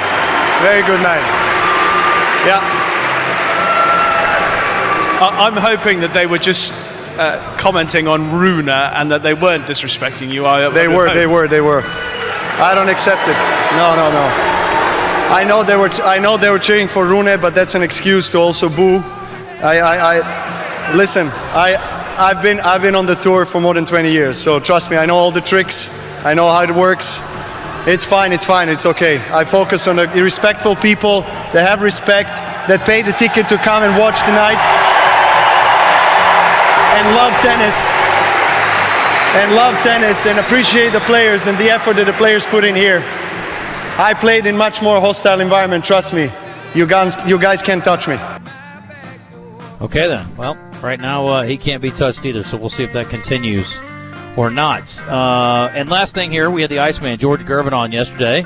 Great visiting with the Hall of Famer about a number of different topics, including his nickname and his signature move. Well, Fatty Taylor is the guy that gave me the nickname Iceman when I was a Virginia Squire in the ABA. Because I brought my style, which was Detroit, to the ABA, where I dressed, how I looked, and how I carried myself. So he always thought I was pretty cool, so he called me Ice. And that's the beauty of the finger roll. The finger roll, if you think about it, Wilt Chamberlain had his own version of the finger roll, Connie Hawkins, and Julius Erving. I kind of looked at all three of them and developed my own version of the finger roll, and I'm the one made it famous. So sure did. He was great. Champ and Chump real quick this week. My champ is Mike Gundy, obviously. Or my chump is, rather. My champ is Jasmine Paolini. We've been talking a lot about women's golf today. Let me celebrate the 5'5" Italian who's made it to her second straight Grand Slam final, lost in straight sets in the French Open, but's got a great shot tomorrow at 8 a.m. to win the women's final. So best of luck to her. Looking forward to watching that. Christian, you got one of each for the week that was? Yes. I actually saw where Krejcikova, who also made the final, she's the 31st seed. I think that was the lowest seed since the 70s to make the final. I think I saw something like that. Too. Chump, I'm going to give it to Arch Manning. He is now in EA Sports, but he was one of the guys, or maybe the only guy, 4 months ago or something, that said, I'm not going in the game. I'm not doing this. And he tried to start something, and nobody joined him. So then eventually he was like, okay, I'll join. I'll get in the game. Okay. Tomorrow here and the rest of the day today, free golf carts if you want to ride around until they're all gone. But it is free admission here to watch the tournament. And next week again, SEC Media Day starts Monday. David Trey, thanks to our friends at First Security Bank, Coffin by Design West, UAMS, Beechwood Pinnacle Hotels, and Bet Saracen. And then also the Great Arkansas Beer Fest and Rock City Margarita Festivals next week as well. A week from tomorrow, presented by Oaklawn, along with Tito's Handmade Vodka, Lion Legal, and Rock City Outfitters. And don't forget to get your tickets for Countdown to Kickoff 2 weeks from today, presented by Clark Power. So lots of cool stuff coming up, Wes. And I'm sure some good stuff coming up for you guys as well. Yeah, no doubt. We got Chris Turnage coming on here in about 30 minutes. Talk a little NFL with him. I want to get an update on Dre Greenlaw and B.J. Thompson, see how those guys are doing. Also, Steve Sullivan at 2:10, and Neil Atkinson will join us from Bet Saracen. We're going to take a look at some of the betting options for this weekend. You mentioned a lot of things going on in the sports world, so we're going to hit on that. Heard you talking about French fries. We're going to play off of that. Who has the best French fries? Trying to find one I don't like. That's my problem. I mean, yeah, they're all pretty great. I mean, you got to take one. A good McDonald's fry, fresh. Yeah. I mean, Popeyes is pretty good too. Oh, they are. I like that seasoning. I like the curly fries. I like the curly fries from Arby's. It's hard to turn we're all down. Arby's curly fries first. I think we like seasoning, right? Yeah. I don't think you can go wrong with too much seasoning. I agree. All right, we're going to send out a search party for DJ. We may never get him back. He may be out here on Monday when we come back to the show, so I don't know. But stay tuned for Out of Bounds. I'll be listening on the way back from Conway. And come out and support these ladies. Great golf happening here through the rest of the day today and on into tomorrow. Appreciate you tuning in this week. Christian, good stuff. And, I'll keep an eye out for DJ. Adios, amigos.